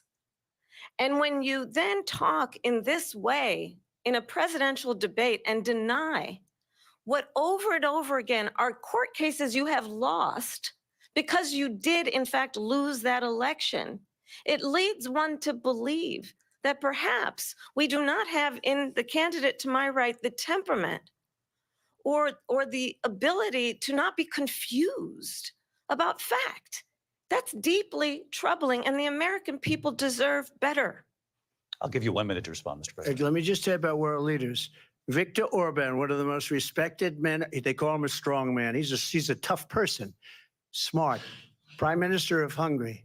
They said, why is the whole world blowing up? 3 years ago, it wasn't. Why is it blowing up? He said, because you need Trump back as president. They were afraid of him. China was afraid, and I don't like to use the word afraid, but I'm just quoting him. China was afraid of him. North Korea was afraid of him. Look at what's going on with North Korea, by the way. He said Russia was afraid of him. I ended the Nord Stream 2 pipeline, and Biden put it back on day one, but he ended the XL pipeline. The XL pipeline in our country, he ended that. But he let the Russians build a pipeline going all over Europe and heading into Germany, the biggest pipeline in the world. Look, Viktor Orban said it. He said the most respected, most feared person is Donald Trump. We had no problems when Trump was president, but when this weak, pathetic man that you saw at a debate just a few months ago, that if he weren't in that debate, he'd be running instead of her. She got no votes. He got 14 million votes. What you did, you talk about a threat to democracy. He got 14 million votes and they threw him out of office. And you know what? I'll give you a little secret. He hates her. He can't stand her. But he got 14 million votes. They threw him out. She got 0 votes. And when she ran, she was the first one to leave because she failed. And now she's running. I don't understand it, but I'm okay with it because your time is I up. think we're Thank going to you. do very well. We've got a lot more to get to. Turning now Yes. to the Israel-Hamas war and the hostages who are still being held, Americans among them. Vice President Harris, in December, you said, quote, Israel has a right to defend itself, but you added, quote, it matters how, saying international humanitarian law must be respected. Israel must do more to protect innocent civilians. You said that 9 months ago. Now an estimated 40,000 Palestinians are dead. Nearly 100 hostages remain. Just last week, Prime Minister Benjamin Netanyahu said there's not a deal in the making. President Biden has not been able to break through the stalemate. How would you do it? Well, let's understand how we got here. On October 7, Hamas, a terrorist organization, slaughtered 1,200 Israelis. Many of them young people who were simply attending a concert. Women were horribly raped. And so absolutely, I said then, I say now, Israel has a right to defend itself. We would. And how it does so matters, because it is also true, far too many innocent Palestinians have been killed. Children, mothers. What we know is that this war must end. It must end immediately, and the way it will end is we need a ceasefire deal and we need the hostages out. And so we will continue to work around the clock on that. Work around the clock, also understanding that we must chart a course for a two-state solution. And in that solution, there must be security for the Israeli people and Israel, and in equal measure for the Palestinians. But the one thing I will assure you always, I will always give Israel the ability to defend itself, in particular as it relates to Iran and any threat that Iran and its proxies pose to Israel. But we must have a two-state solution where we can rebuild Gaza, where the Palestinians have security, self-determination, and the dignity they so rightly deserve.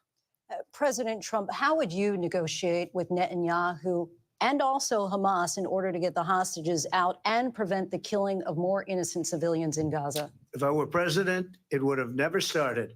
If I were president, Russia would have never, ever, I know Putin very well, he would have never, and there was no threat of it either, by the way, for 4 years, have gone into Ukraine and killed millions of people when you add it up, far worse than people understand what's going on over there. But when she mentions about Israel, all of a sudden, she hates Israel. She wouldn't even meet with Netanyahu when he went to Congress to make a very important speech. She refused to be there because she was at a sorority party of hers. She wanted to go to the sorority party. She hates Israel. If she's president, I believe that Israel will not exist within 2 years from now. And I've been pretty good at predictions, and I hope I'm wrong about that one. She hates Israel. At the same time, in her own way, she hates the Arab population because the whole place is going to get blown up. Arabs, Jewish people, Israel will be gone. It would have never happened. Iran was broke under Donald Trump. Now Iran has $300 billion because they took off all the sanctions that I had. Iran had no money for Hamas or Hezbollah or any of the 28 different spheres of terror. And they are spheres of terror, horrible terror. They had no money. It was a big story, and you know it. You covered it very well, actually. They had no money for terror. They were broke.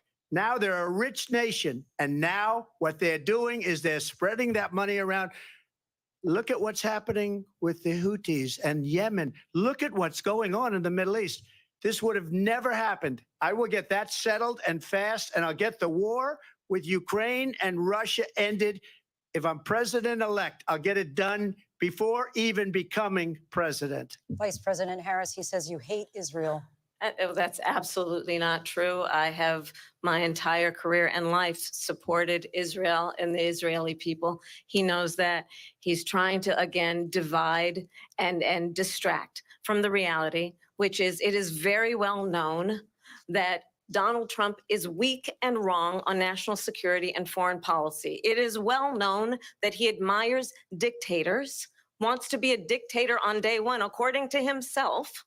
It is well known that he said of Putin that he can do whatever the hell he wants and go into Ukraine. It is well known that he said when Russia went into Ukraine, it was brilliant.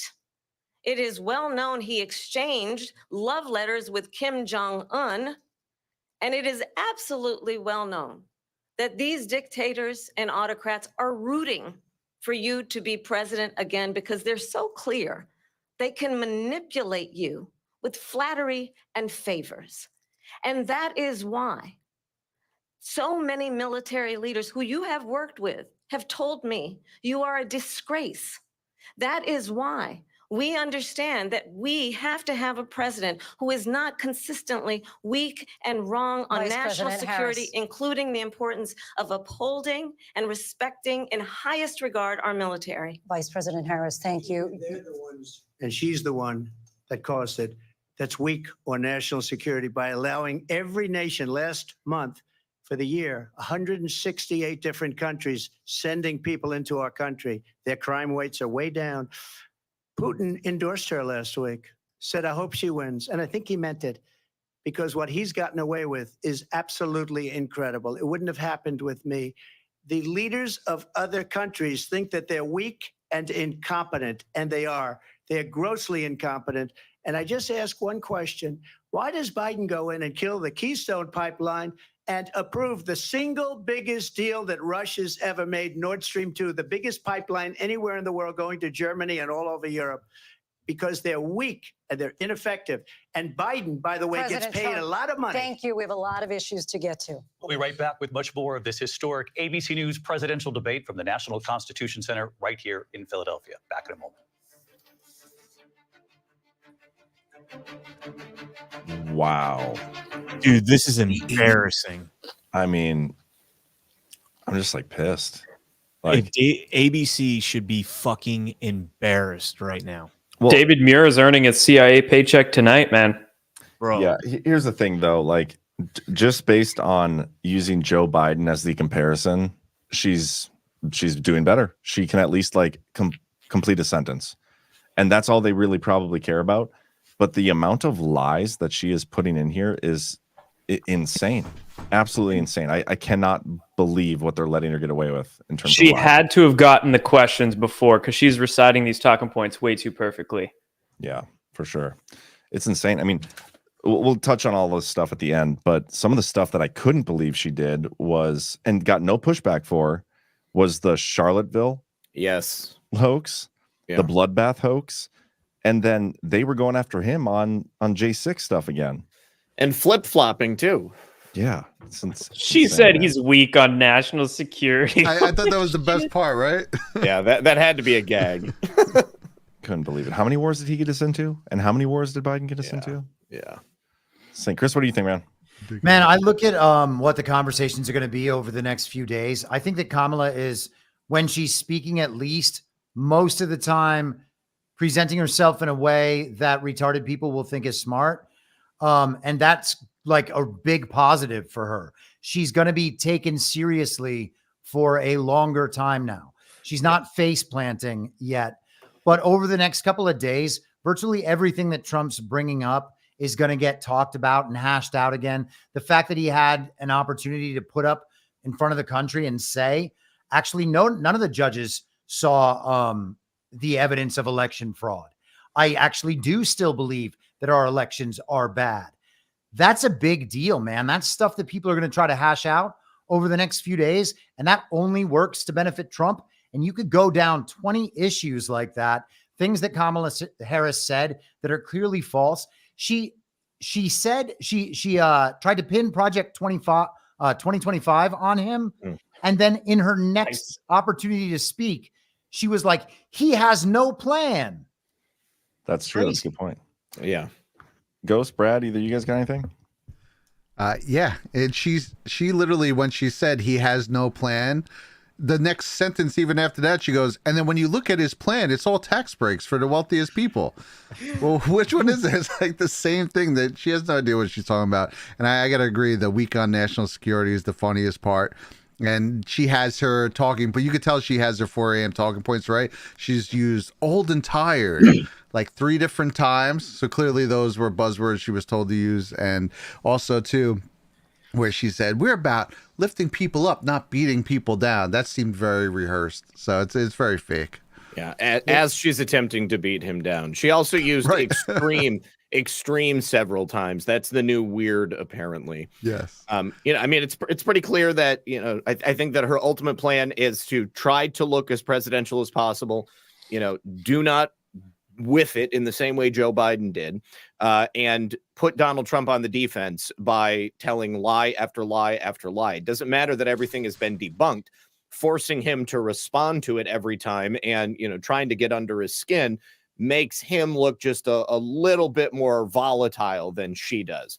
And up until this point, she's looked as if she's the one who had no plan. Tonight, at least, she's speaking in complete sentences.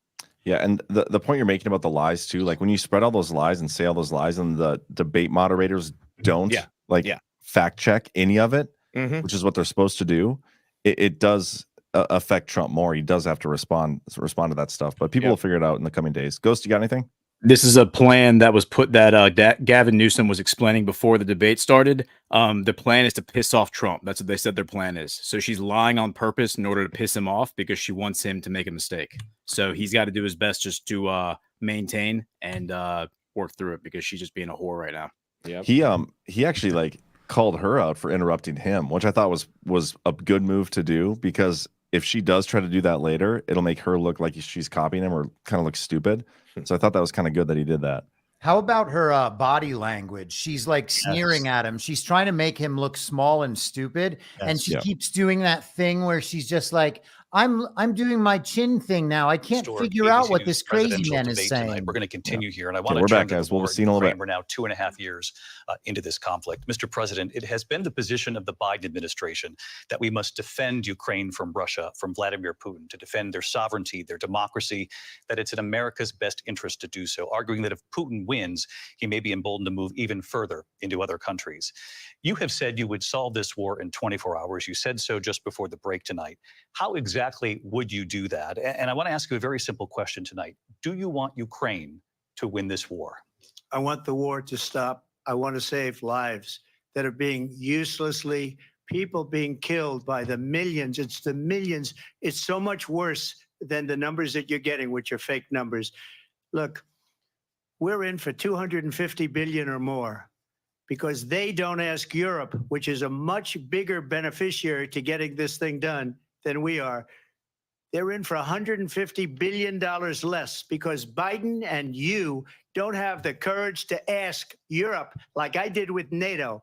They paid billions and billions, hundreds of billions of dollars when I said, either you pay up or we're not going to protect you anymore. So that's maybe one of the reasons they don't like me as much as they like weak people. But you take a look at what's happening. We're in for 250 to 275 billion. They're into 100 to 150. They should be forced to equalize. With that being said, I want to get the war settled. I know Zelensky very well, and I know Putin very well. I have a good relationship, and they respect your president, okay? They respect me. They don't respect Biden. How would you respect him? Why? For what reason? He hasn't even made a phone call in 2 years to Putin, hasn't spoken to anybody. They don't even try and get it. That is a war that's dying to be settled. I will get it settled before I even become president. If I win, when I'm president-elect, and what I'll do is I'll speak to one, I'll speak to the other, I'll get them together. That war would have never happened. And in fact, when I saw Putin after I left, unfortunately left because our country has gone to hell. But after I left, when I saw him building up soldiers, he did it after I left.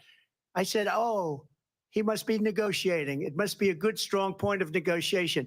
Well, it wasn't, because Biden had no idea how to talk to him. He had no idea how to stop it. And now you have millions of people dead, and it's only getting worse, and it could lead to World War III. Don't kid yourself, David. We're playing with World War III, and we have a president that we don't even know if where is our president? We don't even know if he's a president. And just to clarify they here. threw him out of a campaign like a dog. We don't even know. Is he our president? But we have a president, Mr. President, that doesn't know he's alive. Your time is up. Just to clarify in the question, do you believe it's in the U.S. best interest for Ukraine to win this war, yes or no? I think it's the U.S. best interest to get this war finished and just get it done. All right. Negotiate a deal, because we have to stop all of these human lives from being destroyed. I want to take this to Vice President Harris. I want to get your thoughts on support for Ukraine in this moment, but also as Commander-in-Chief, if elected, how would you deal with Vladimir Putin, and would it be any different from what we're seeing from President Biden? Well, first of all, it's important to remind the former president, you're not running against Joe Biden, you're running against me. I believe the reason that Donald Trump says that this war would be over within 24 hours is because he would just give it up. And that's not who we are as Americans. Let's understand what happened here. I actually met with Zelensky a few days before Russia invaded, tried through force to change territorial boundaries, to defy one of the most important international rules and norms, which is the importance of sovereignty and territorial integrity.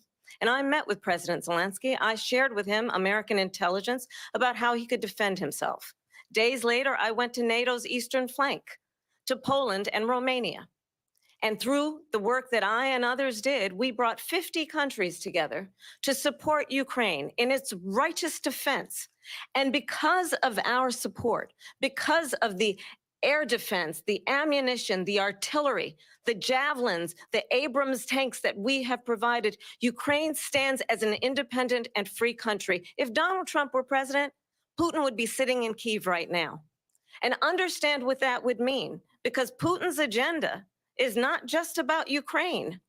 Understand why the European allies and our NATO allies are so thankful that you are no longer president, and that we understand the importance of the greatest military alliance the world has ever known, which is NATO, and what we have done to preserve the ability of Zelensky and the Ukrainians to fight for their independence. Otherwise, Putin would be sitting in Kyiv with his eyes on the rest of Europe, starting with Poland. And why don't you tell the 800,000 Polish Americans right here in Pennsylvania how quickly you would give up for the sake of favor and what you think is a friendship with what is known to be a dictator who would eat you for lunch. Vice President Harris, thank you. We've heard from both of you on Ukraine tonight. Afghanistan came up in the last hour. I wanted her to respond to something you said earlier, and please, I'll give you a minute here. Putin would be sitting in Moscow, and he wouldn't have lost 300,000 men and women, but he would have been sitting in Moscow. Quiet, please. He would have been sitting in Moscow, much happier than he is right now. But eventually, you know, he's got a thing that other people don't have. He's got nuclear weapons. They don't ever talk about that. He's got nuclear weapons. Nobody ever thinks about that. And eventually, maybe he'll use them, and maybe he hasn't been that threatening, but he does have that. Something we don't even like to talk about. Nobody likes to talk about it. But just so you understand, they sent her to negotiate peace before this war started. 3 days later, he went in and he started the war, because everything they said was weak and stupid. They said the wrong things. That war should have never started. She was the emissary. They sent her in to negotiate with Zelensky and Putin, and she did. And the war started 3 days later. And that's the kind of talent we have with her. She's worse than Biden. In my opinion, I think he's the worst president in the history of our country. She goes down as the worst vice president in the history of our country. But let me tell you something. She is a horrible negotiator. They sent her in to negotiate. As soon as they left, Putin did the invasion. President Trump, thank you. You did bring up something. You said she went to negotiate with Vladimir Putin. Vice President Harris, have you ever met Vladimir Putin? Can you clarify tonight? Yet again, I said it at the beginning of this debate, you're going to hear a bunch of lies coming from this fellow. And that is another one. When I went to meet with President Zelensky, I've now met with him over 5 times. The reality is it has been about standing as America always should, as a leader upholding international rules and norms, as a leader who shows strength, understanding that the alliances we have around the world are dependent on our ability to look out for our friends and not favor our enemies because you adore strongmen instead of caring about democracy. And that is very much what is at stake here. The President of the United States is commander-in-chief. And the American people have a right to rely on a president who understands the significance of America's role and responsibility in terms of ensuring that there is stability and ensuring we stand up for our principles and not sell them for the benefit of personal flattery. We've talked about Ukraine and Vladimir Putin. I do want to talk about Afghanistan. It came up in the first hour of this debate. I want to move on to Afghanistan. Stoltenberg said Trump did the most amazing thing I've ever seen. He got these countries, the 28 countries at the time, to pay up. He said, I've never seen. He's the head of NATO. He said, I've never seen. For years, we were paying almost all of NATO. We were being ripped off by European nations, both on trade and on NATO. I got them to pay up by saying one of the statements you made before, if you don't pay, we're not going to protect you. President Otherwise, Trump. we would have never gotten it. He said it was one of the most incredible jobs that he's ever seen done. Thank you. I want to turn to Afghanistan. It came up in the first hour of the debate, and we witnessed a poignant moment today on Capitol Hill, honoring the soldiers who died in the chaotic withdrawal from Afghanistan. I do want to ask the Vice President, do you believe you bear any responsibility in the way that withdrawal played out? Well, I will tell you, I agreed with President Biden's decision to pull out of Afghanistan. 4 presidents said they would, and Joe Biden did. And as a result, America's taxpayers are not paying the $300 million a day we were paying for that endless war. And as of today, there is not one member of the United States military who is in active duty in a combat zone in any war zone around the world, the first time this century. But let's understand how we got to where we are. Donald Trump, when he was president, negotiated one of the weakest deals you can imagine. He calls himself a deal maker. Even his national security advisor said it was a weak, terrible deal. And here's how it went down. He bypassed the Afghan government. He negotiated directly with a terrorist organization called the Taliban.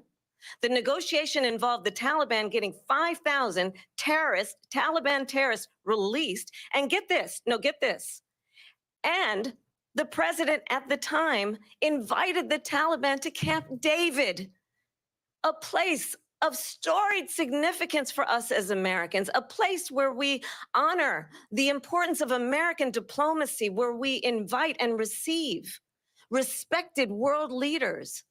And this former president, as president, invited them to Camp David because he does not again appreciate the role and responsibility of the President of the United States to be commander-in-chief with a level of respect.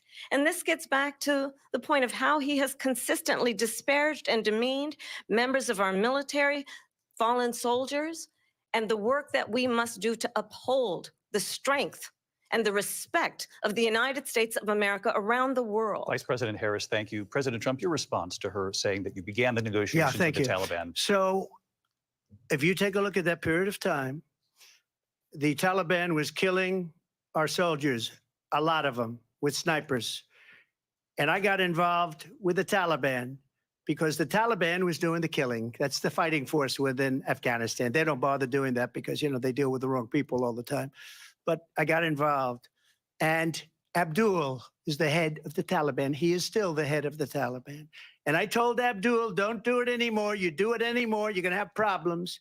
And he said, why do you send me a picture of my house? I said, you're going to have to figure that out, Abdul. And for 18 months, we had nobody killed.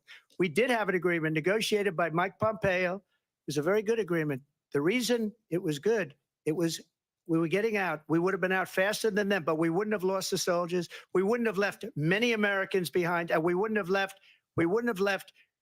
$85 billion worth of brand new, beautiful military equipment behind. And just to finish, they blew it. The agreement said you have to do this, and they didn't do it. They didn't do it. The agreement was terminated by us because they didn't do what they were supposed to do. I want to move on. And these people did the worst withdrawal, and in my opinion, the most embarrassing moment in the history of our country. And by the way, that's why Russia attacked Ukraine, because they saw how incompetent she and her boss are. President Trump, thank you. I want to move on now to race and politics in this country. Mr. President, you recently said of Vice President Harris, quote, I didn't know she was black until a number of years ago when she happened to turn black, and now she wants to be known as black. I want to ask a bigger picture question here tonight. Why do you believe it's appropriate to weigh in on the racial identity of your opponent? I don't, and I don't care. I don't care what she is. I don't care. You make a big deal out of something. I couldn't care less. Whatever she wants to be is okay with me. But those were your words. So I don't know. I mean, all I can say is I read where she was not black, that she put out, and I'll say that. And then I read that she was black, and that's okay. Either one was okay with me. That's up to her. That's up to her. Vice President Harris, your thoughts on this? I think honestly, I think it's a tragedy that we have someone who wants to be president who has consistently, over the course of his career, attempted to use race to divide the American people. I do believe that the vast majority of us know that we have so much more in common than what separates us, and we don't want this kind of approach that is just constantly trying to divide us, and especially by race. And let's remember how Donald Trump started. He was land, he owned buildings, and he was investigated because he refused to rent property to black families. Let's remember, this is the same individual who took out a full-page ad in the New York Times calling for the execution of 5 young Black and Latino boys who were innocent, the Central Park 5. Took out a full-page ad calling for their execution. This is the same individual who spread birther lies about the first Black president of the United States. And I think the American people want better than that, want better than this, want someone who understands, as I do, I travel our country. We see in each other a friend. We see in each other a neighbor. We don't want a leader who is constantly trying to have Americans point their fingers at each other. I meet with people all the time who tell me, can we please just have discourse about how we're going to invest in the aspirations and the ambitions and the dreams of the American people? Knowing that regardless of people's color or the language their grandmother speaks, we all have the same dreams and aspirations and want a president who invests in those, not in hate and division. Vice President Harris, thank you. Lindsay? President Trump, this is now your 3rd time. This is the most divisive presidency in the history of our country. There's never been anything like it. They're destroying our country, and they come up with things like what she just said, going back many, many years, when a lot of people, including Mayor Bloomberg, agreed with me on the Central Park 5. They admitted, they said, they pled guilty. And I said, well, if they pled guilty, they badly hurt a person, killed a person ultimately. And if they pled guilty, then they pled, we're not guilty. But this is a person that has to stretch back years, 40, 50 years ago, because there's nothing now. I built one of the greatest economies in the history of the world, and I'm going to build it again. It's going to be bigger, better, and stronger. But they're destroying our economy. They have no idea what a good economy is. Their oil policies, every single policy. And remember this, she is Biden. You know, she's trying to get away from Biden. I don't know the gentleman, she says. She is Biden. The worst inflation we've ever had, a horrible economy because inflation has made it so bad, and she can't get away with that. Thank you. Your time is up. I want to respond to that, though. I want to just respond briefly. Clearly, I am not Joe Biden, and I am certainly not Donald Trump. And what I do offer is a new generation of leadership for our country, one who believes in what is possible, one who brings a sense of optimism about what we can do instead of always disparaging the American people. I believe in what we can do to strengthen our small businesses, which is why I have a plan. Let's talk about our plans and let's compare the plans. I have a plan to give startup businesses $50,000 tax deduction to pursue their ambitions, their innovation, their ideas, their hard work. I have a plan, $6,000 for young families for the first year of your child's life to help you in that most critical stage of your child's development. I have a plan that is about allowing people to be able to pursue what has been fleeting in terms of the American dream by offering a help with down payment of $25,000 down payment assistance for first-time home buyers. That's the kind of conversation, I believe, David, that people really want tonight, as opposed to a conversation that is constantly about belittling and name-calling.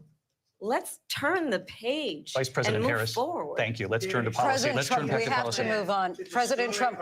Let's turn to policy, She please. has a plan to defund the police. She has a plan to confiscate everybody's gun. President Trump, she we has do a have to plan move to on to not other allow issues. fracking in Pennsylvania or anywhere else. Okay. That's Thank you, what Mr. her plan is until just recently. I just need Lindsay, to go ahead. respond because Trump, the President former Trump, president has said no, I'm something sorry. twice that I need to No, respond to. I'm sorry. We're I gonna just need to move on, respond Vice one President time Harris. to what he has President said Trump, this is multiple now times. your Yes. third time running for president. You have long vowed to repeal and replace the Affordable Care Act, also known as Obamacare. You have failed to accomplish that. You now say you're going to keep Obamacare, quote, unless we can do something much better.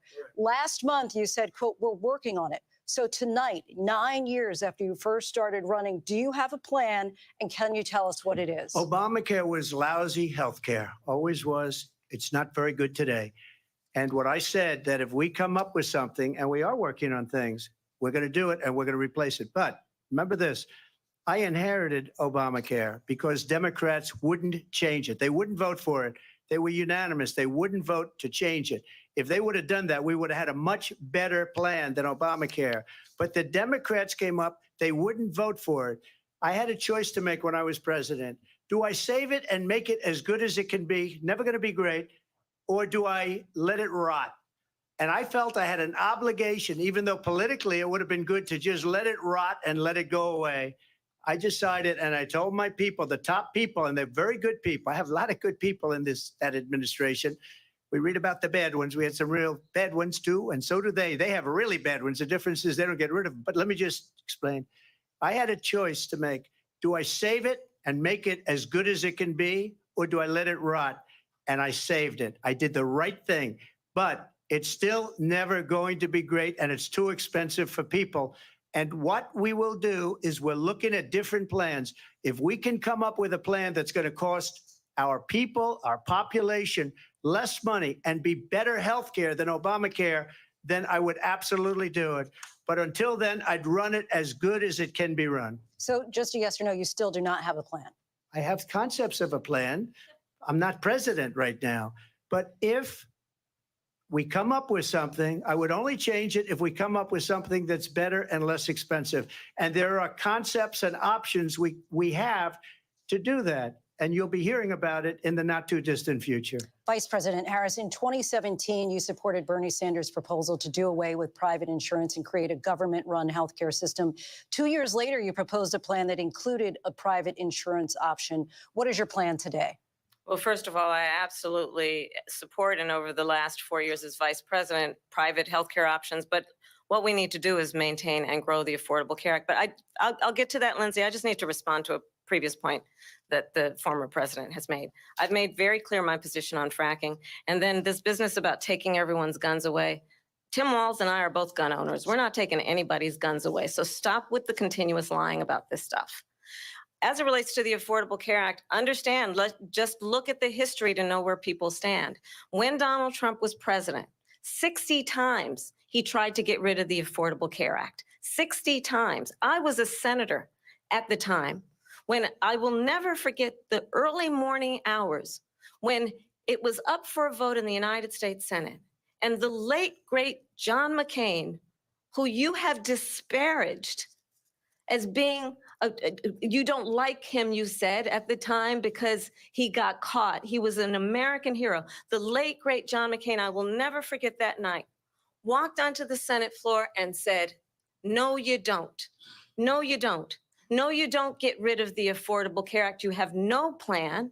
And what the Affordable Care Act has done is eliminate the ability of insurance companies to deny people with pre-existing conditions. I don't have to tell the people watching tonight, you remember what that was like? Remember when an insurance company could deny if a child had asthma, if someone was a breast cancer survivor, if a grandparent had diabetes? And thankfully, as I've been vice president and we over the last 4 years have strengthened the Affordable Care Act, we have allowed for the first time Medicare to negotiate drug prices on behalf of you, the American people. Donald Trump said he was going to allow Medicare to negotiate drug prices. He never did. We did. And now we have capped the cost of insulin at $35 a month. Since I've been vice president, we have capped the cost of prescription medication for seniors at $2,000 a year. And when I am president, we will do that for all people, understanding that the value I bring to this is that access to health care should be a right and not just a privilege of those who can afford it. And the plan has to be to strengthen the Affordable Care Act, not get rid of it. Vice Fastest President prologue Harris, thank in terms you. of where Donald Trump stands on that. I want to move to an issue that's important for a lot She made of a mistake. At number one, John McCain fought Obamacare for 10 years. But it wasn't only him. It were all of the Democrats that kept it going. And you know what? We can do much better than Obamacare, much less money. But she won't improve private insurance for people, private medical insurance.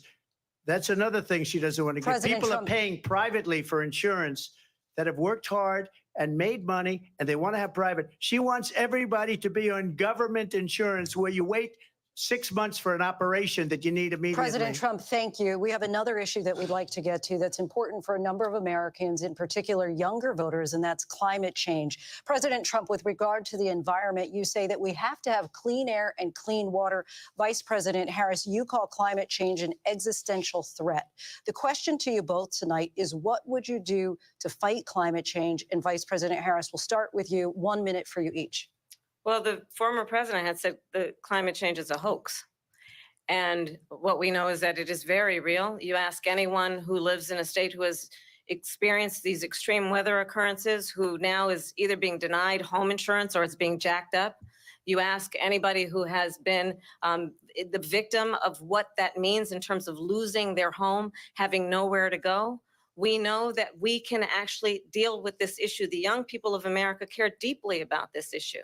And I am proud that as vice president over the last 4 years, we have invested $1 trillion in a clean energy economy, while we have also increased domestic gas production to historic levels. We have created over 800,000 new manufacturing jobs while I have been vice president.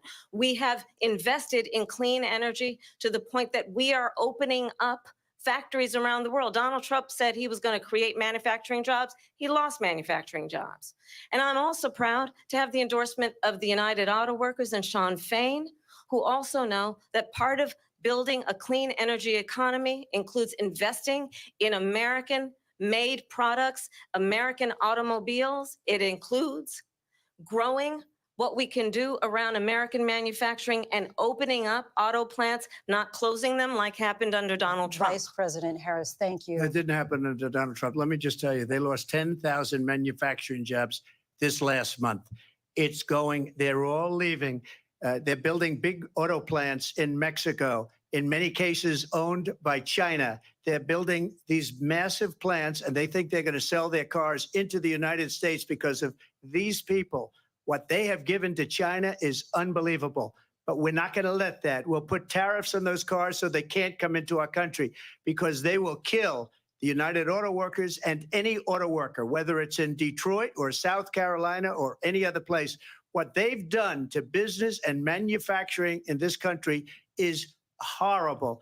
We have nothing because they refuse. You know, Biden doesn't go after people because supposedly China paid him millions of dollars. He's afraid to do it. Between him and his son, they get all this money from Ukraine. They get all this money from all of these different countries. And then you wonder, why is he so loyal to this one, that one, Ukraine, China? Why is he? Why did he get $3.5 million from the mayor of Moscow's wife? Why did she pay him $3.5 million? This is a crooked administration, and they're selling our country down the tubes. President Trump, thank you. Thank you. We'll be right back with closing statements from both of our candidates. An historic night, this ABC News presidential debate from Philadelphia. Back in a moment.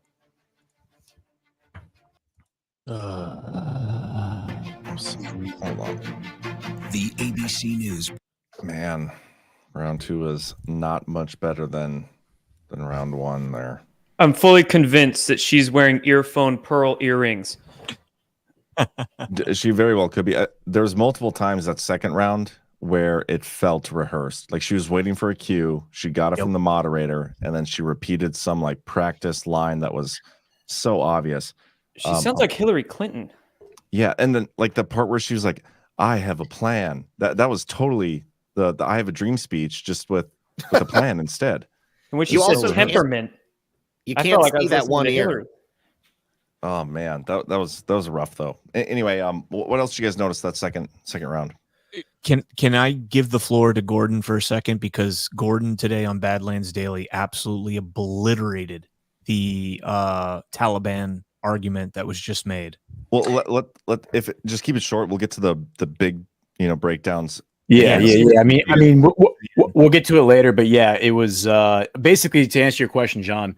They doubled down, I think, on what Gavin Newsom was saying. So Gavin Newsom got interviewed right before this started, and he had this really villainous smile on his face, and he said, "Just wait and see when Trump gets angry. Things are going to get really interesting. Stay tuned." Like there is clearly a plan here. They obviously rehearsed this, and I think they're doing this. Like they're lying, and the moderators are in on it because they're trying to get Trump worked up, and they're trying to get him off filter so he looks foolish in front of the country. That's the whole plan, I think. Spot on, man. Yeah. Anybody else? Chris? I'm just I mean, I basically think the same thing I thought before. He is she's been trying to make him look small, but I think that he is ultimately going to come off looking like the serious one when it comes to the things that people actually care about. She's going competently through her through the lines that are written and practiced for her. Like, I'm not going to deny that or anything. But when people start thinking about this and forming their opinions, which they do based on media coverage and what their friends say, I think that a lot of this is going to be adjusted over the next few days. I don't think it's going to make any positive benefit for her. Yeah. I mean, I'm seeing some reaction from the chat and some stuff on social media. There's, and maybe they're not actually pro-Trump people, but people think he's not doing well. I disagree, but you got to remember what he's trying to do here. He's not only trying to defend himself from the accusation of Kamala and hostile moderators, but he's also trying to like put forth this message. It's tough to navigate that situation. I have seen some rumblings from the Never Trump or Con Inc. crowd, and I think we're going to start to see a mass defection from them after this. Probably orders given to them to for sure start questioning Trump and undermining. So we're going to see a lot of people show their true colors, I think, in the few days. That'll be very revelatory, and we will. I think that people are running out of patience for that stuff. Yeah, So Go ahead, Brad. Well, I was going to say it does feel like it's trying to be seeded that he's not doing great.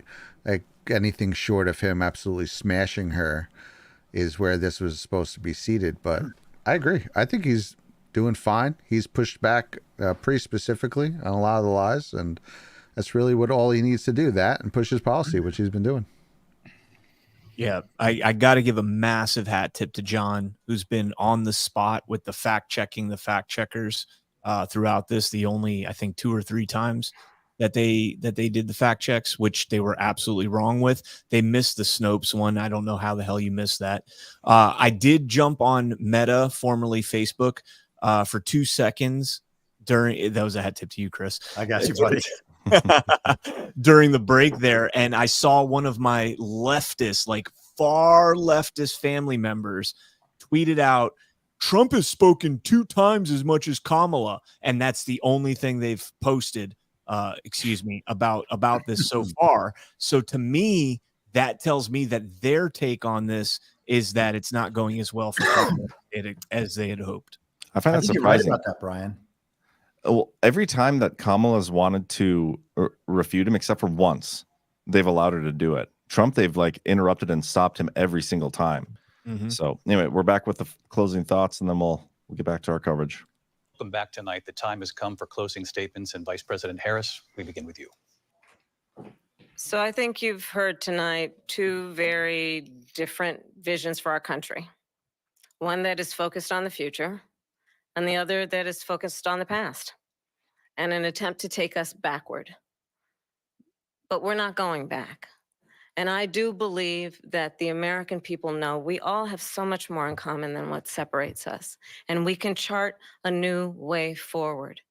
And a vision of that includes having a plan, understanding the aspirations, the dreams, the hopes, the ambition of the American people, which is why I intend to create an opportunity economy, investing in small businesses, in new families, in what we can do around protecting seniors, what we can do that is about giving hardworking folks a break and bringing down the cost of living. I believe in what we can do together that is about sustaining America's standing in the world and ensuring that we have the respect that we so rightly deserve, including respecting our military and ensuring we have the most lethal fighting force in the world. I will be a president that will protect our fundamental rights and freedoms, including the right of a woman to make decisions about her own body and not have her government tell her what to do. I'll tell you, I started my career as a prosecutor. I was a DA, I was an attorney general, a United States senator, and now vice president. I've only had one client, the people. And I'll tell you, as a prosecutor, I never asked a victim or a witness, are you a Republican or a Democrat? The only thing I ever asked them, are you okay? And that's the kind of president we need right now. Someone who cares about you and is not putting themselves first. I intend to be a president for all Americans and focus on what we can do over the next 10 and 20 years to build back up our country by investing right now in you, the American people. Vice President She's Harris, literally thank retarded. you, President Trump.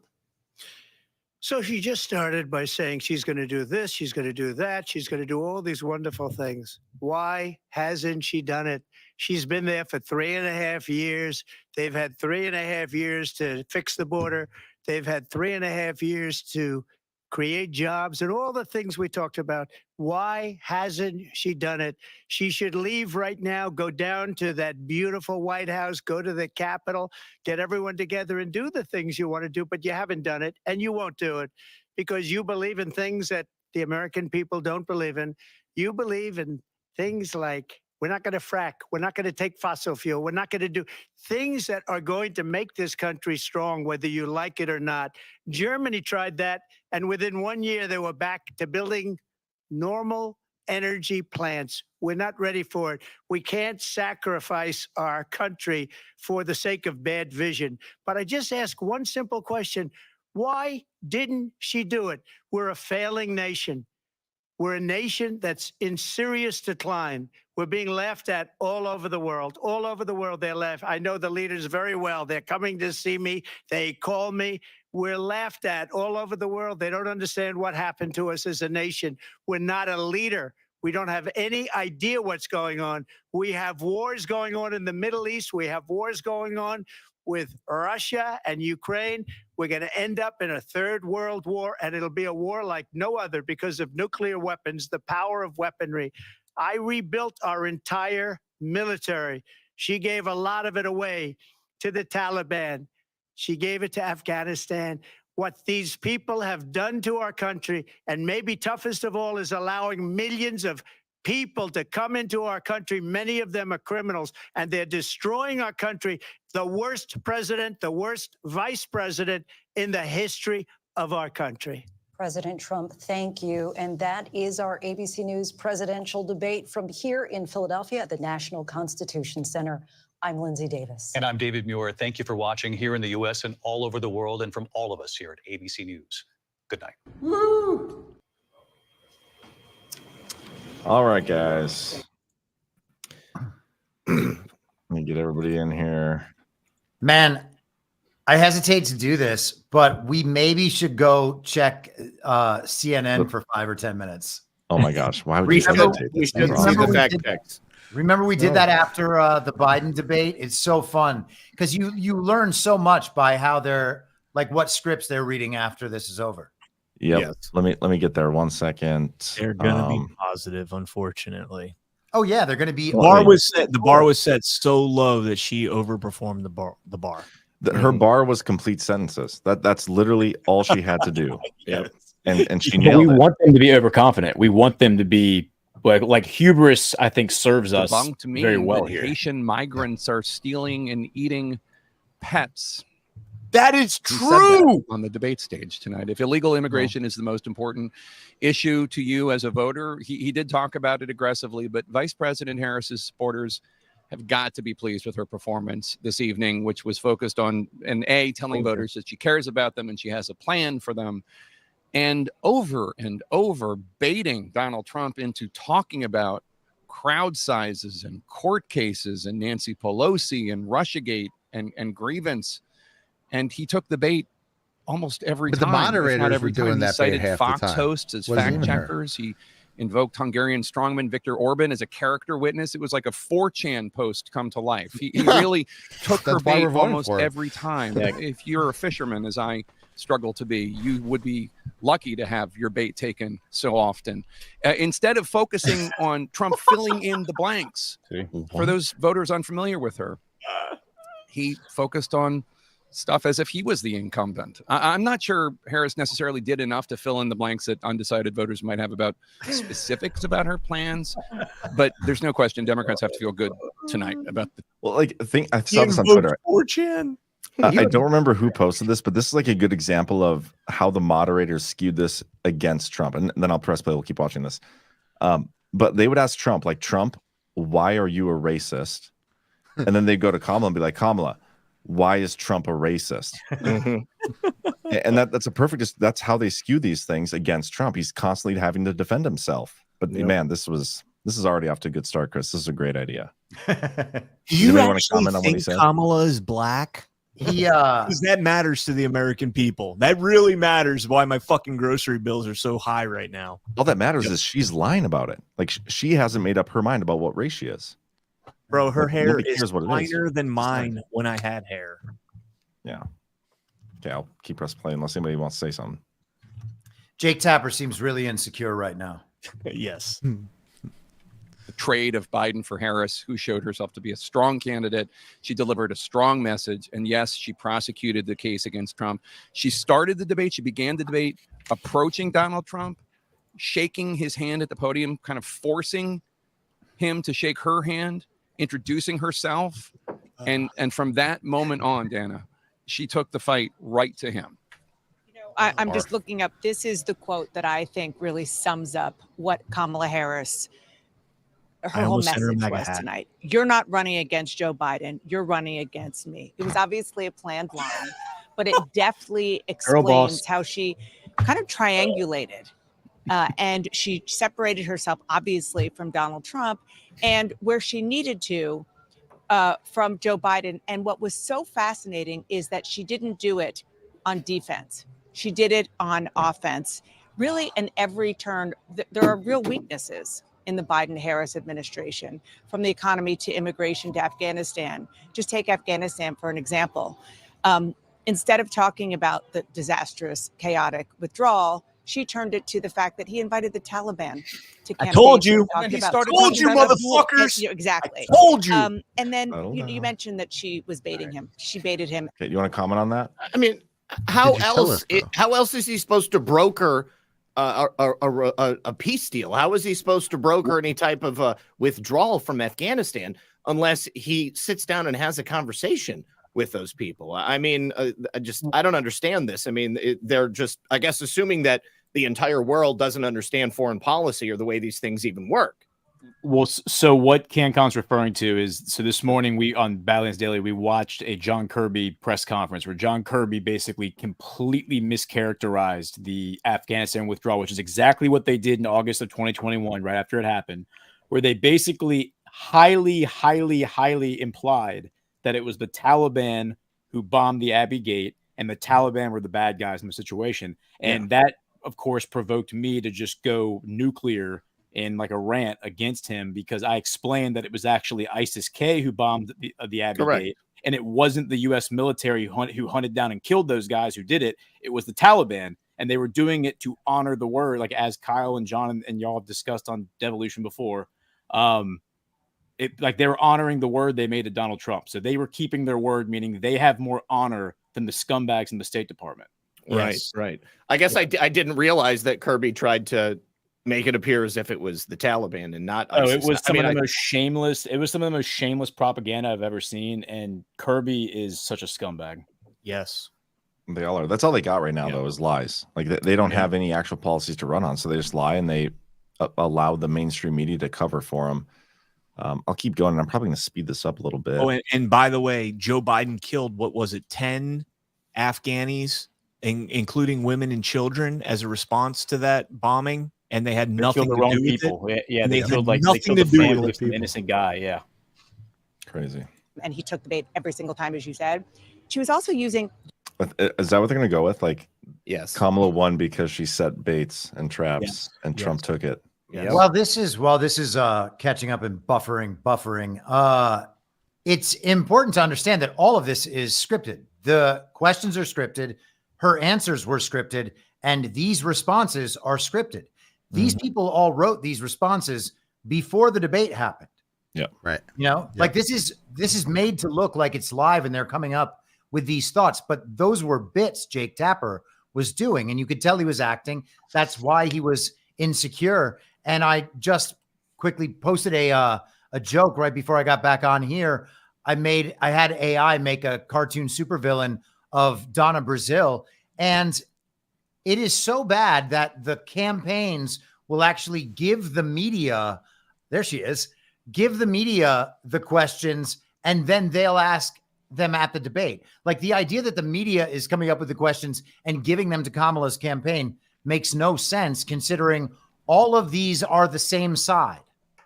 And this goes back to what you were saying, Ghost, before the debate, where Gavin Newsom was talking about just watch how they, once Trump gets upset, they were all in on it. The moderators, the Newsom knew, and then the post-debate coverage is obviously going to reflect the appearance of Trump getting upset and having to respond and fall for all these traps, because that was their plan. That's how they want to portray him. But let's press. Yeah, I mean, I see people in the chat getting upset, and it's like, I understand why you feel upset, and I understand why you feel this way. That was the plan. The plan was to do that to Trump, like in real time. Yeah. And I wouldn't even say it necessarily worked, because a lot of the stuff is going to be debunkable. It's going to long-term make them look bad. But right now they get to kind of dunk on like, oh, we got them to fall for this stuff. But I still thought he did a dug great into the job. Charlottesville well, dude. It's like, this is Charlottesville, heaven. Bloodbath.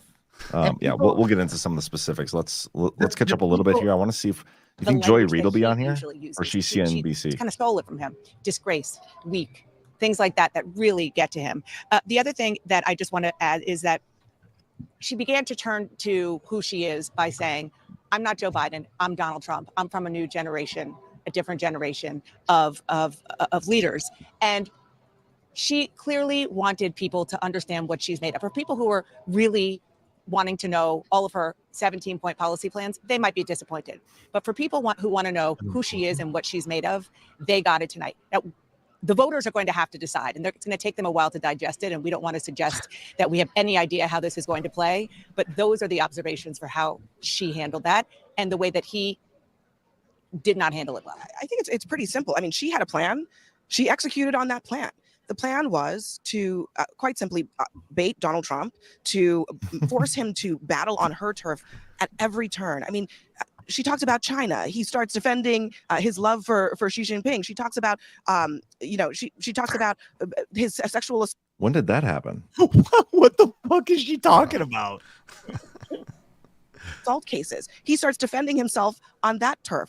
She wanted to do that, but I also think I did see her trying to kind of really lay the groundwork on the policy issues that the campaign thinks will matter, particularly in the state of Pennsylvania, right? The Commonwealth, of Pennsylvania. The very first answer that she gave was about her economic policy, where she talked about the $50,000 that they want to put out there for small business owners that they would get in a tax refund. Hey, pause it. I thought that was real quick. incredibly important because they clearly. That was not the question. The question was, is the economy better off today than it was when they took office? That was the question. They gave an absolute non-answer to that. Okay, you can keep going. Thank you, Brian. Clearly know that there were a lot of things that they put out on economic policy. Not all of them were received well. That one was received well. And I also thought, there were other moments where she talked a lot about her family. She talked about her upbringing. She talked about how she was raised. I mean, the plan was to not just introduce herself, but to introduce herself specifically to Pennsylvania voters so that they understood on economic policy, on fracking, where she stood. And she executed that plan, whereas Trump, I don't know what the plan was that he had. Jake, It was interesting because she did want to ban fracking. She did. Yeah. And she's flipped on that. But all the stuff that she just pointed out about this is all the stuff that Kamala did well on. Those were all the rehearsed talking points. Mm-hmm. Mm-hmm. You know what I mean? She totally left her father out when talking about her family too, which is funny because Donald Trump brought him up. Obviously, he is a communist and they're estranged. So she certainly didn't want to go down that road, and she just left it out. And everybody is conveniently forgetting that she even had a dad. I didn't think I was ever going to witness a debate as devastating as the one that you and Dana moderated back in June, where Joe Biden basically tanked his reelection campaign. I think tonight was just as devastating. I think that Kamala Harris pitched a shutout. She pitched a shutout.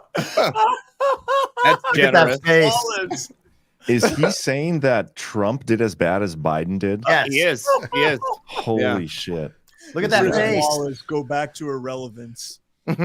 Where on the doll did Donald Trump hurt you, buddy? Actually, I can answer that. In 1988 at the RNC convention, if you go watch his interview with Chris Wallace on the floor, Trump just completely humiliates him, and it's hilarious. So I think that's why Chris Wallace hates Trump. Interesting. Let's watch that.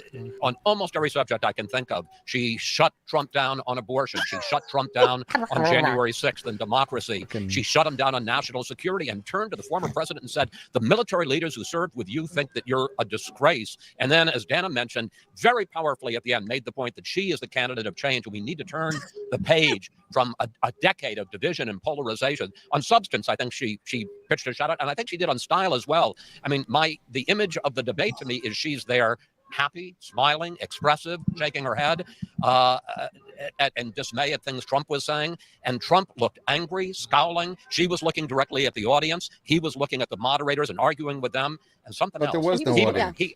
What? Donald Trump looked old tonight. Yeah. And somebody said on my show. That's another thing they're going to start pushing now that Biden's out is Trump's age. They've been trying to do that. On Saturday, she wins just by showing up. I didn't know that was going to be true. I think it was. Yeah. She Well, was the candidate of change just from the moment the two of them were on the stage. Everything that she said. Well, what you He saw could not really keep himself was under control. Vice President Kamala Harris prosecuting this debate with surgical precision. She was aware, as she must have been as a prosecutor, that the second you were inside No, of the thank courtroom, you on that, the jury sir. is looking at everything you're doing. Muted microphones doesn't matter. Her nonverbal cues, her body language, her incredulous expressions, at one point putting her hand under her chin to demonstrate that she was completely baffled by his line of defense. Losing a battle of expert witnesses you're talking about national security advisors, talking about Nobel laureates, talking about the whole litany of people who do not buy what he's selling. Also very well trained and seasoned and knowing how to grapple with somebody who is going to possibly be bombastic, petulant, defensive, and have a derailed effort. She focused on all of those things. I saw somebody who, when she came out, allow me to reintroduce myself. My name is Kamala Harris. On behalf of Kamala Harris, she came out with that in mind. I think she executed. Now, Donald Trump tried to derail her a number of times, but notice I'm saying the words Donald Trump in the way she did. It wasn't President Trump. She was referring to him as similar as you would in a courtroom, the defendant, under his title, reminding you of what, how did she phrase it? What he left us with. It was a really dynamite performance. So, Anderson, I mean, Man, Yeah, we can turn that off. I'm gonna see if I can find Joy I have Reid. AIDS now. Thanks. You're welcome, guys. That was Chris' idea. The one thing I wish he would have said about the J6 when they were, excuse me, not J6, about this is the economy you left us with. I wish he would have said it was your Democratic governors that had the authority to shut down. It wasn't me. I didn't have that authority. It was Gretchen Whitmer. It was Wolf. It was Cuomo. It was Newsom. Those were the people that shut you down, not me. But he didn't. Well, Yeah, he's made that point before. You're right. He should have pulled from that. Yeah. Nope. Agreed. Yeah. I like how they brought up the Nobel laureates. Like, who cares? Who even cares what any of these experts think anymore? It's a joke. It's so true. Do we have a second debate on the agenda yet? Not yet. And allegedly, she's going to take this as a win and walk away. She's not going to debate again. Allegedly, according to Unusual Whales on Twitter, they're asking for a second one. Don't know if I believe it, but this is where the hubris though is going to play in, because now they're getting overconfident for really no reason. Is like Chris said, this is, once you really dig into this is all smoke and mirrors. And honestly, I don't think anyone listening to this cares about the stuff that they care about. People care about why, like CanCon said, why their groceries are so expensive and why everything is so unaffordable now, which is absolutely Joe Biden's fault. Like ostensibly, that's what everyone understands. And the fact that they're not taking responsibility for it is just going to piss everybody off. Yeah, it's hard to pitch yourself as the change candidate when you're basically the incumbent. And it will be interesting to see if they do replace her or replace Biden with her as the actual president prior to the election, because there's some rumors that they're going to try to do something like that to get one of those 13 points or whatever. But do you guys want to watch any of this, or do you want to go through a couple things with the specifics from the debate, and then we can get into the rants because we got quite a few? I think we can get into specifics. Yeah. Okay. I did make a couple notes. I'll just go through these kind of line by line. If anybody wants to comment on anything from it, we will. They started with the economy stuff. Yep. Obviously, I mean, that's no brainer. Things were better under Trump than they were or have been the last 4 years. And that's one of the biggest issues, that and then the border, which they pretty much got into next after abortion, I guess.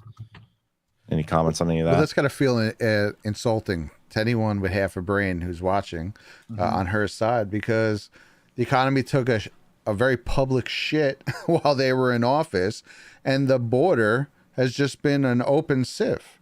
So the fact that she goes and makes points like, oh, we have the best economy, blah, blah, blah, blah, and we were great in the border and immigration's down.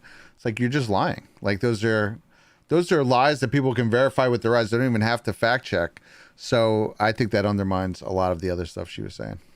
Yeah, Brad, I think that's totally right, man. And, from the perspective of someone who used to be a liberal, when I was waking up, and, anybody who's woken up, even you don't have to be a liberal to wake up, but anybody who's doing that, is as soon as you do it, it immediately becomes deeply offensive to watch one of the people you used to support lie to you to your face about something you are 100% certain is not the way they're saying.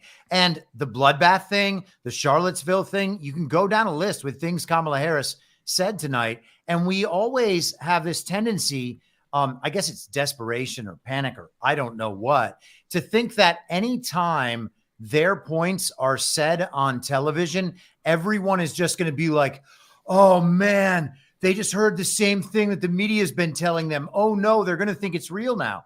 That's not how that dynamic works, man. People who are awake are looking for this stuff themselves. They know that what Kamala Harris is saying is not true. And the people who are still on board with Kamala Harris, the Trump deranged people, forget about them. They are not going to make it. We cannot allow our world and our emotions and the way we think about things to be governed by how the dumbest people on earth and the most immoral people on earth think about a subject they don't know anything about. Yeah. Well, one of the interesting things I thought during the abortion part was they brought up JD Vance and what JD Vance talked about the veto. And Trump was like, I actually haven't given my position to JD Vance yet about this. We haven't talked about this yet. And so I don't know. I mean, he kind of does speak for me in some ways, but I didn't say that. And I thought that was really interesting because he was like specifically telling them that, no, I have not had that conversation with JD Vance yet.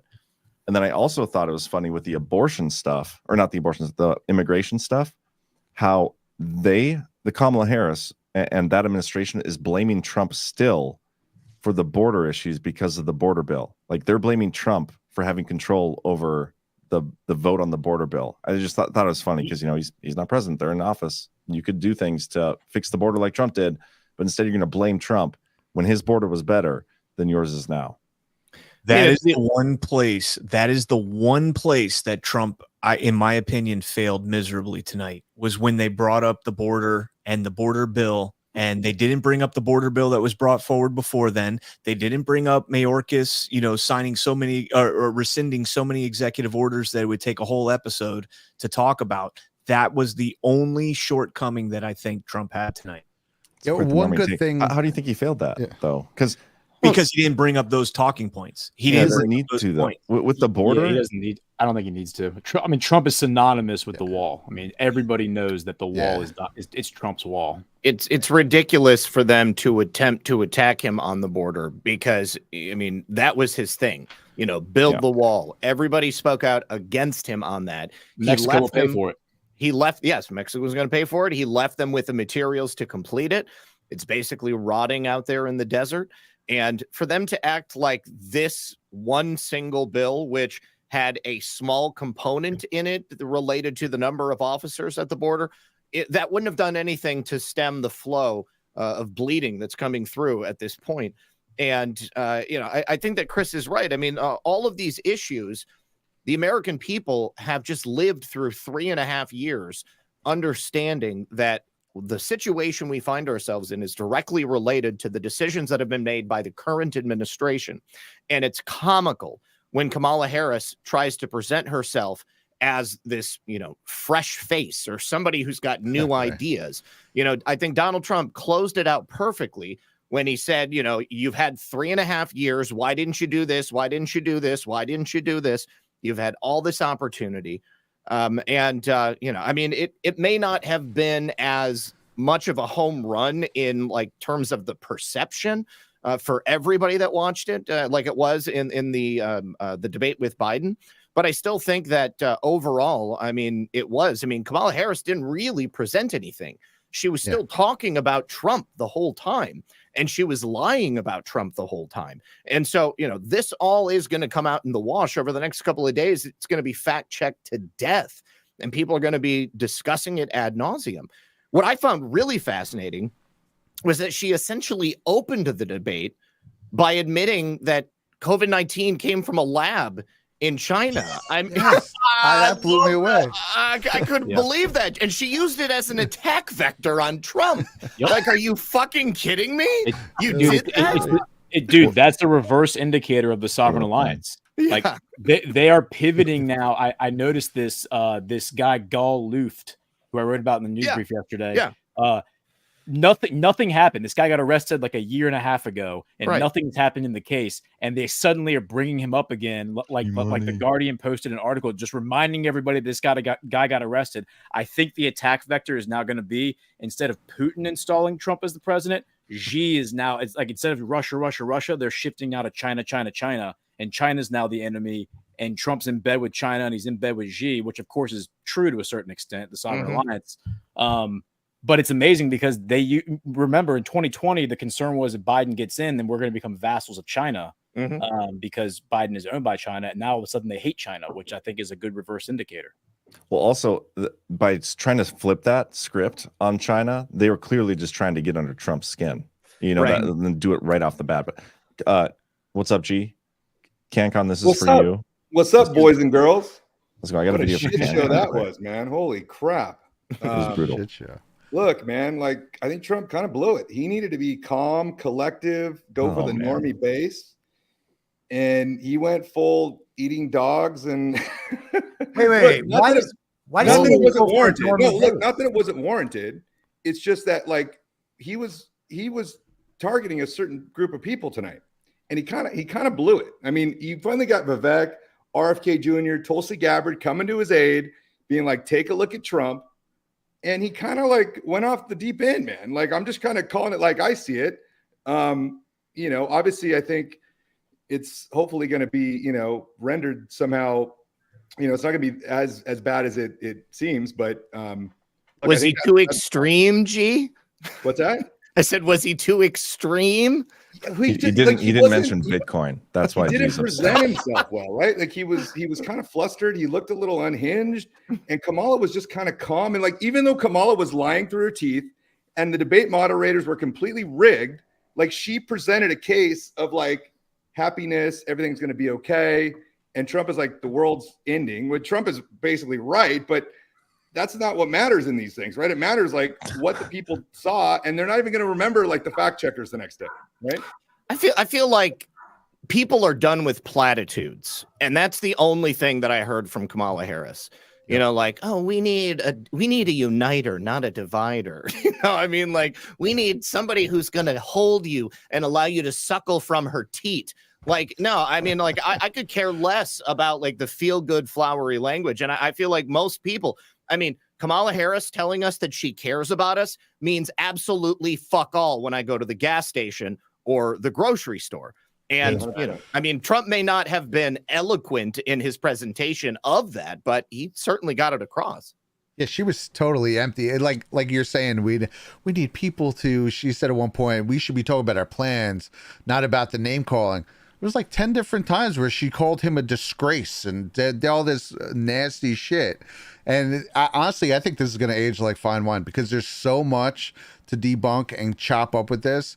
And there was good points. I get that he was a little more heated. Maybe people wanted him to be a little more stoic and presidential.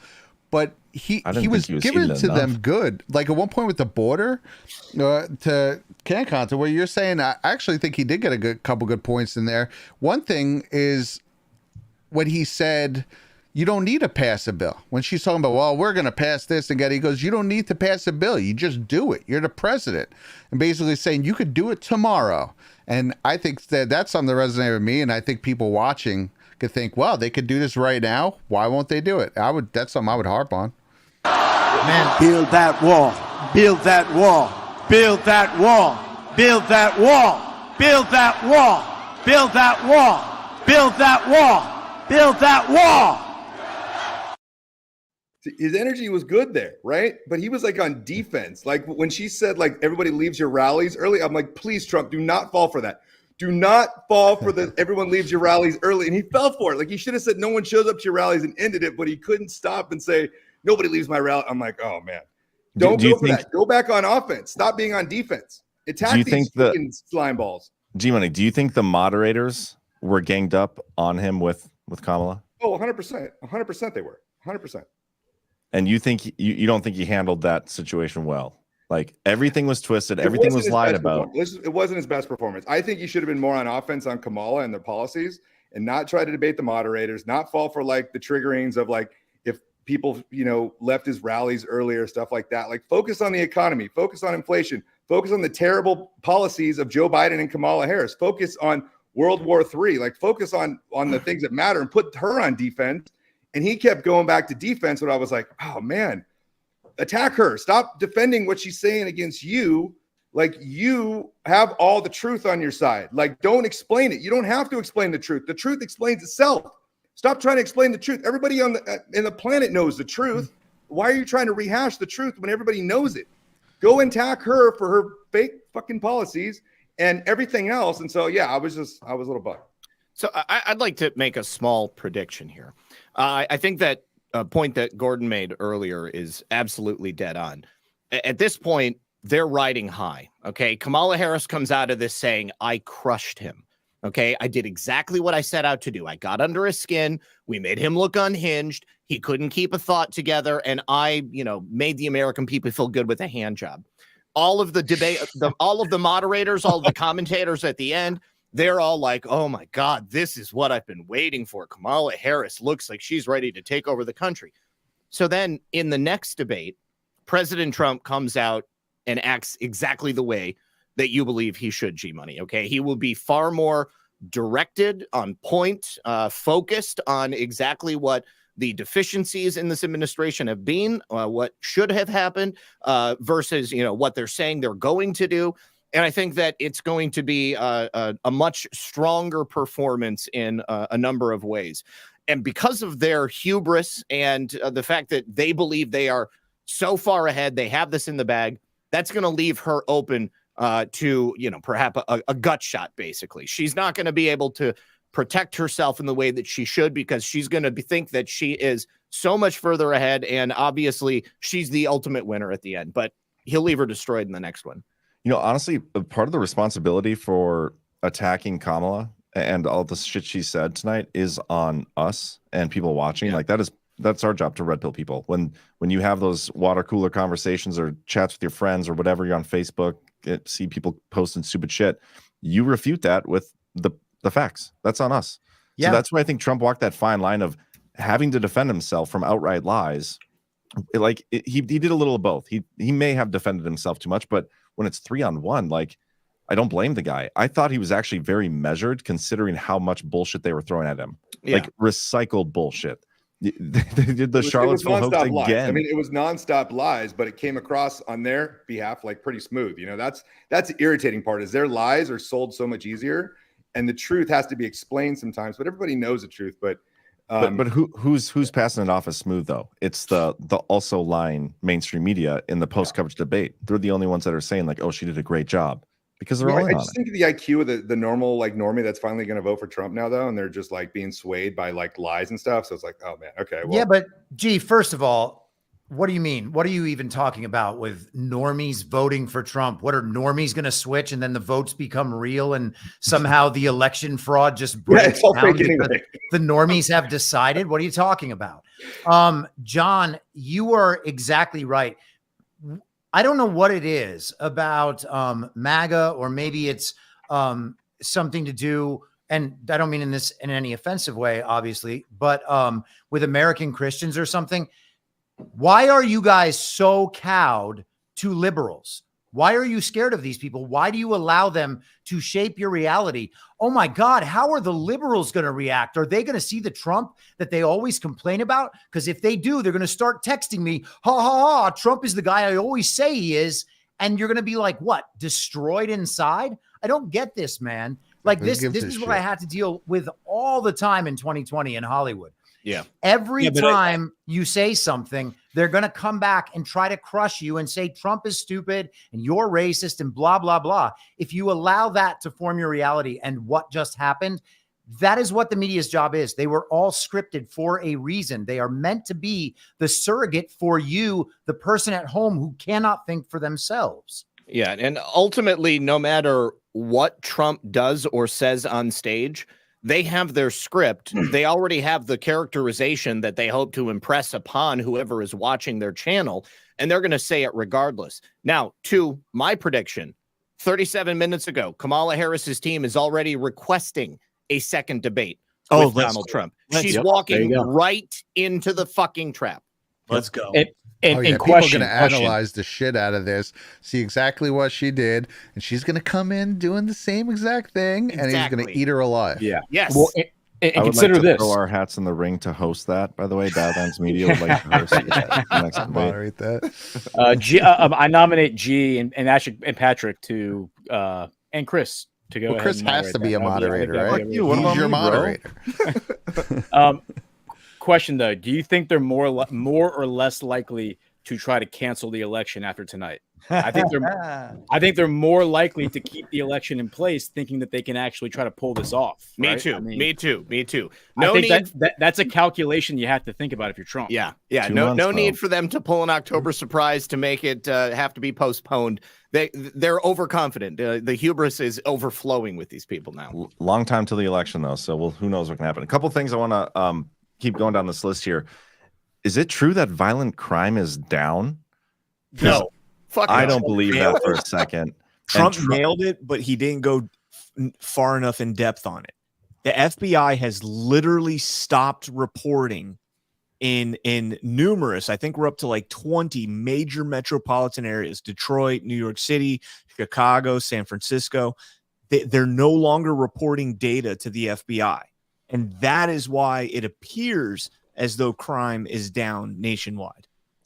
Another interesting thing, they kind of glossed over the assassination attempt. Trump brought it up, but one of my moderators pointed out, like, what if that was on Kamala? That would have been brought up multiple times in the debate. But they just like ignored it, glossed over it, didn't talk about the violent rhetoric or any of that stuff, or the media's responsibility, calling Trump a threat to democracy. So that was fun. The wars in Israel and Afghanistan, they try to paint Trump as like this guy who has no idea what he's doing on the world stage, doesn't have the respect of anybody, including his own military and other world leaders. But under Trump, we didn't have any other wars. We didn't have any new wars.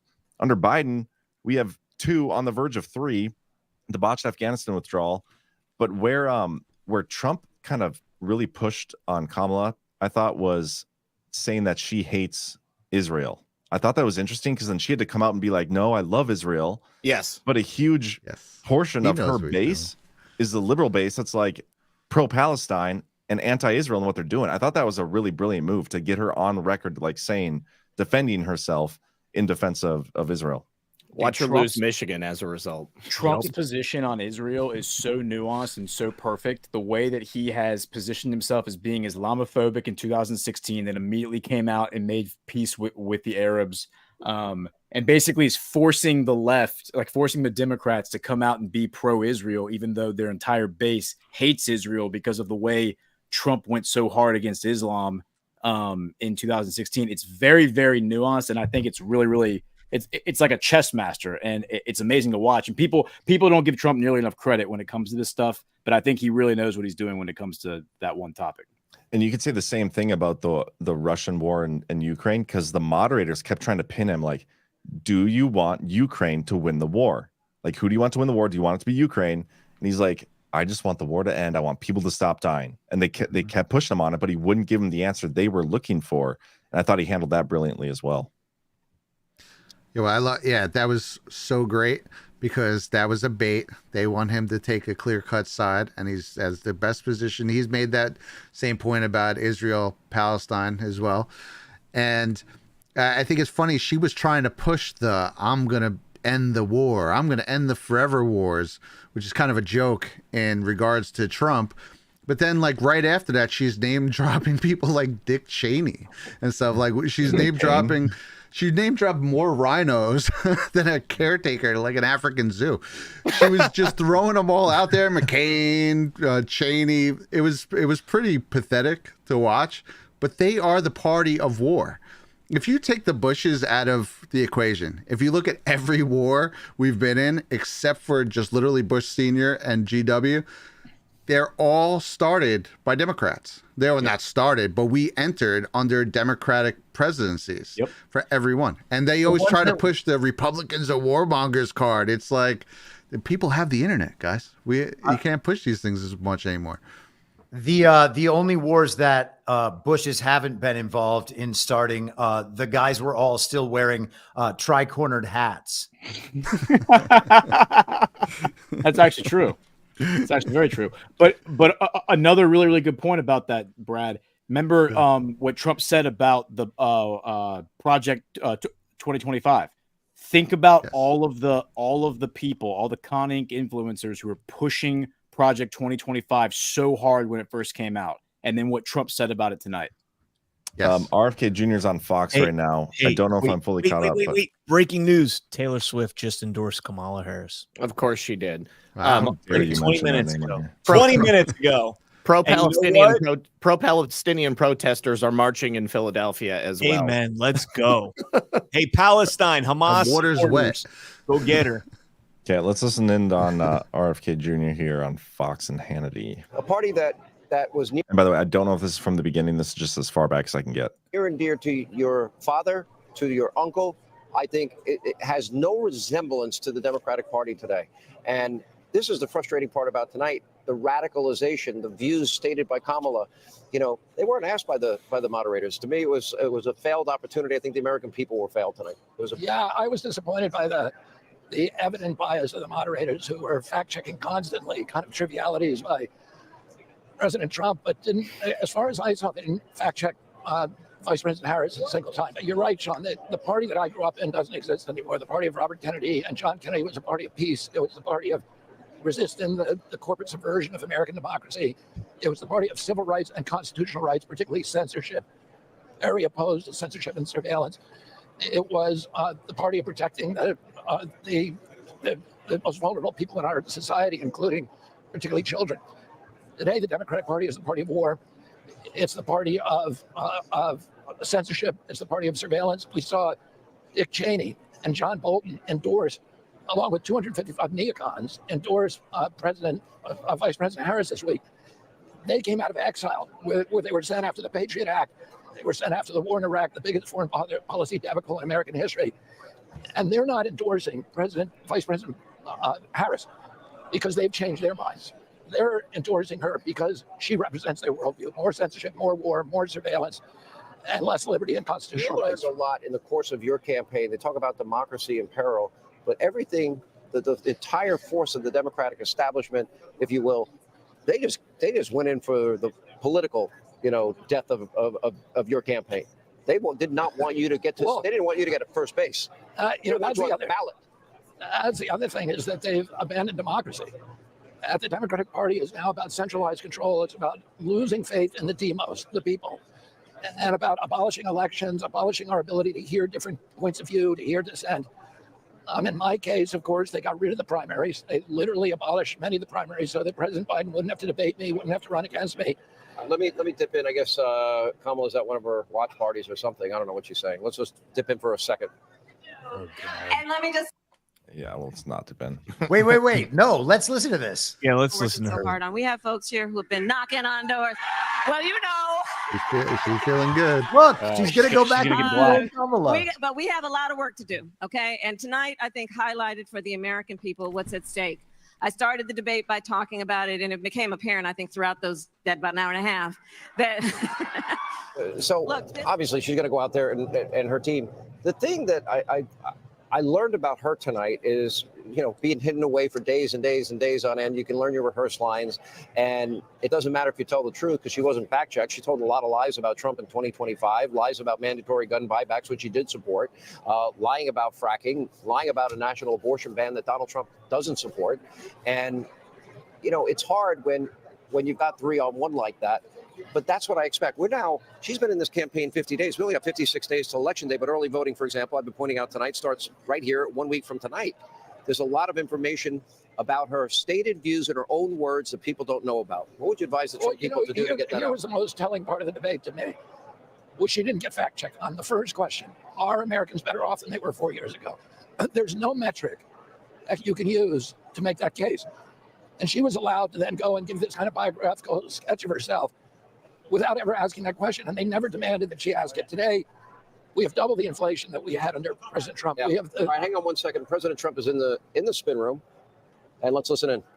Do we have audio of that? Foreign trade was and I think it was the best debate I've ever personally. Jeez, who's Give him a microphone. 88 to 11. We're having a lot of great calls interested out there. Who is doing this camera? lots of other polls. You see the polls. A very important debate. Now she wants to do another one because she got beaten tonight. But What is going on? The polls The spin are room. indicating that we got 90%, 60%, 72%, 71%, and 89%. Jeez, Fox Where are you News. getting these numbers from? Very good. Beyond the polls, I felt very good. I had a good time doing it. I hate to speak about our country so negatively, but that's what happened. They ruined our country. They destroyed our country. So I hope you're all having a good time. It was a very interesting. Did she get on the off game, sir? Why are you here? Why not let the performance speak for itself? Well, I think it did, but people said when I come here, I take an obligation to come to people who do their show. But I thought it was a great time. What about Taylor Swift? Like even this from Fox News is making Trump look bad. Like they don't give him a mic. Wow. And they use the guy with. I'm not even gonna say it, but I was about to say it too. they can't get the camera straight. Like what the hell is this? I have no idea. Mr. President, I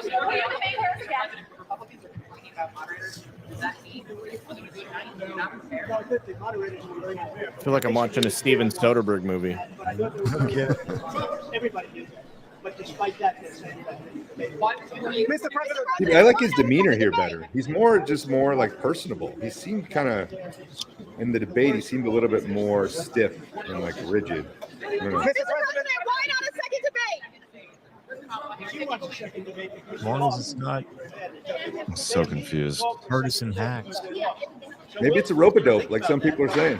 She immediately called and said, look, Will you do it? Will you do it?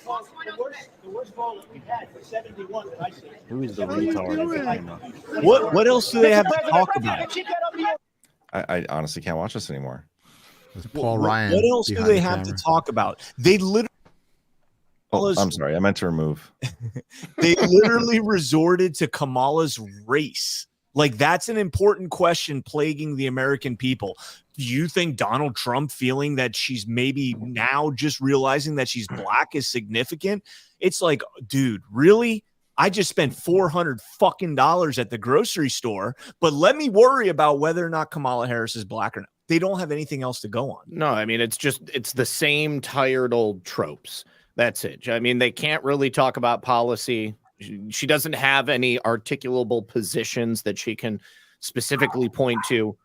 And they have failed ultimately. So, this is why I think that, the whole argument about whether or not he acted exactly the way people wanted him to is, really it's a non-starter, because I just don't see people out there at this point having any reservations about voting for Trump or not. I mean, if you don't understand who you're supporting at this point, when you've got a candidate who is as weak as Kamala Harris and a candidate who you already have the lived experience of existing in a country that he oversaw, I find it very difficult to believe that there's that many swing voters that are left out there. Then your position doesn't matter. Your participation doesn't matter. If you don't know what you're doing at this point, then your opinion on this just doesn't matter. And I agree with Chris when he says this, that we don't need the apathetic normies to give us their consent to come save the country. Because no matter what happens here, whether Kamala wins, which we know isn't going to happen, like the deep state wins or the Patriots win, those people are not going to become engaged regardless. They're just going to kind of give their tacit consent to either side to just go along to get along. So we don't really need them to like throw their weight behind it. The public mandate, I think, comes from the people who are actively engaged and actually care about what's happening. A couple more interesting things I want to touch on here before we get to the kind of our closing thoughts on the rants. There was a lot of discussion about the plan, like my plan versus your plan. Who has a plan? We have a plan, all these things. I think any discussion about that stuff is bad for Kamala because she is the vice president right now, and she could be affecting that plan on the country as we speak if it was something that could work. And so anytime that they harp on a plan, I think that only benefits Trump because things were better under Trump. That's tangible. I love that stuff, but I still thought that was one of the most cringiest moments of the whole debate for me is when she went into the "I have a plan" speech to kind of trying to echo Martin Luther King. I think we need to make fun of her relentlessly for that because that was brutal. And then also on top of that, the guns thing, the situation where Trump like called her out for wanting to take away your guns, and then she's like, "I have a gun. Walz has a gun. We're not going to take your guns." that was an interesting thing to say because most leftists are in favor of the gun control stuff. Like, what is she going to say now next time there's a school shooting and they try to take the guns? She has definitely been in favor of an assault weapons ban. And then Trump finally, what kind of gun do you own? He should have put her right on the spot. Been like, what make and model do you have? Brian, you're playing like fantasy sports with Donald Trump debates. He's going to say what he's going to say.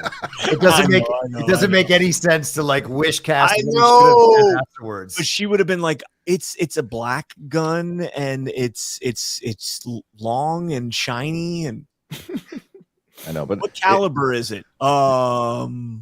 That's true. It would have been fun to see her like describe guns, but you're right. I mean, this is what a lot of people do on Twitter, though. Like, no offense, CanCon, but they're like, Trump lost the wine moms tonight, or the Jenna Ellis. I can imagine her on Twitter right now. Like, we should. He didn't say the right thing. He didn't say the right Take a thing on look. abortion. Who's not banned by her? Let's go look. I'll go look. I'm banned. I'm still Well, banned. who's like undecided really at this point? I mean, both sides are so polarized in opposite directions. I refuse to believe there's any undecided voters. I think people lie to polls when they say that. Yeah, elections are fake and gay anyway. They control the ledgers, and so like, what does it even matter, right? Vote. Let's see. Vote. Trump's closing is Vote hard, strong. CanCon. No, But after an vote. hour and 45 minutes, I hope undecided people stuck around. So I can only imagine what the rest Wait, of this go up is. and vote. Yeah, go up and vote. Go up and vote. I want to see the results. Oh, That's There's your 11,000 people. There's your undecideds. What should I say to her? Backfire. But did he keep the wine moms? Well, let's see what else she says here first. John, say Ron DeSantis would have had 86%.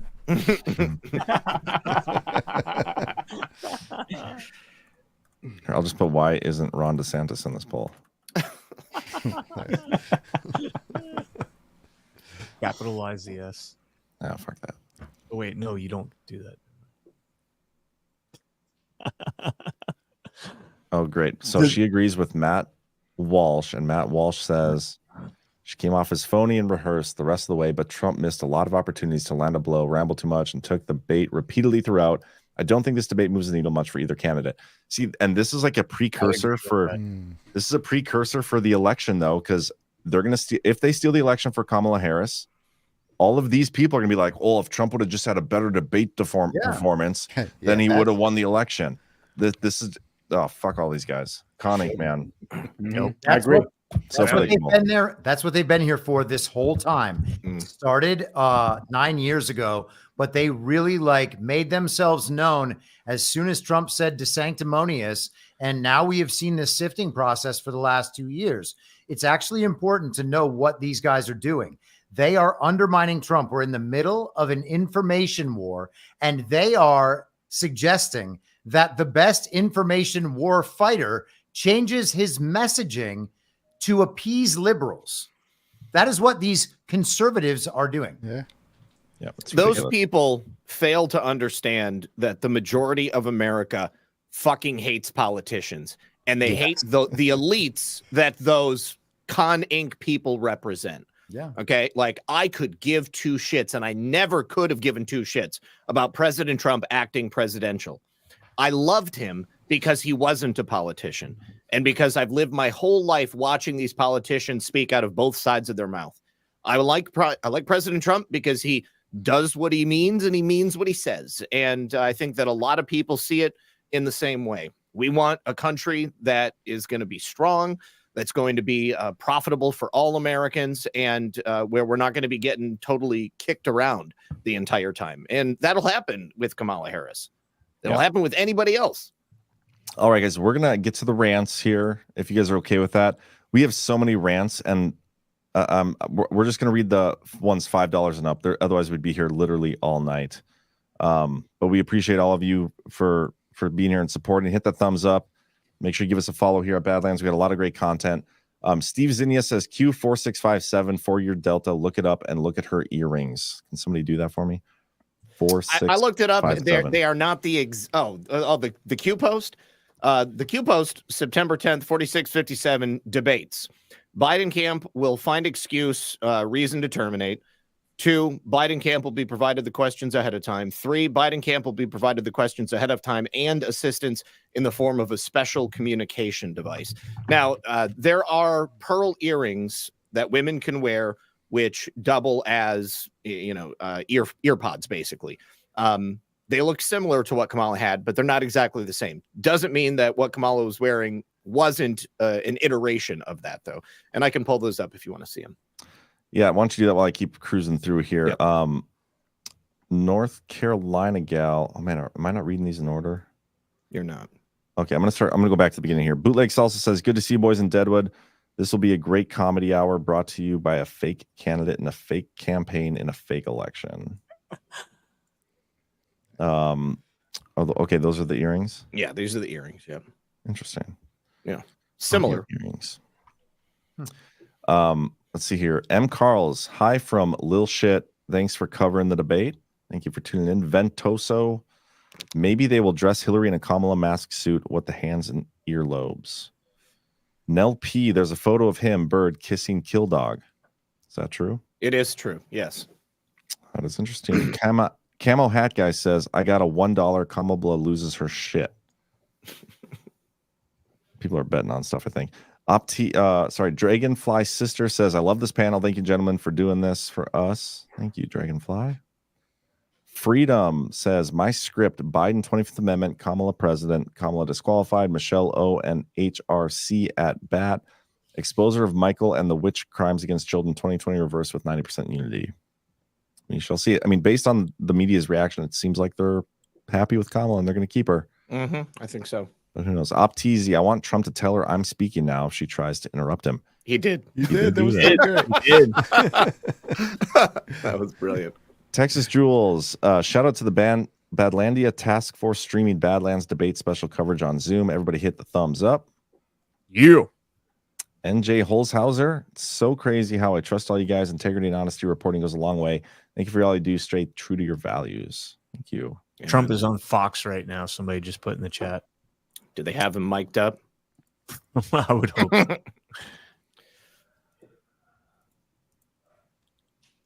Hey, CNN a few weeks ago was sort of fair against gun buyback at the end of the. Okay. It's incredible that CNN was the fair one, although ABC is hard. But it's a Washington. No, we brought him on ABC. Time I think that people fathers are Marxist professor because she talk about that.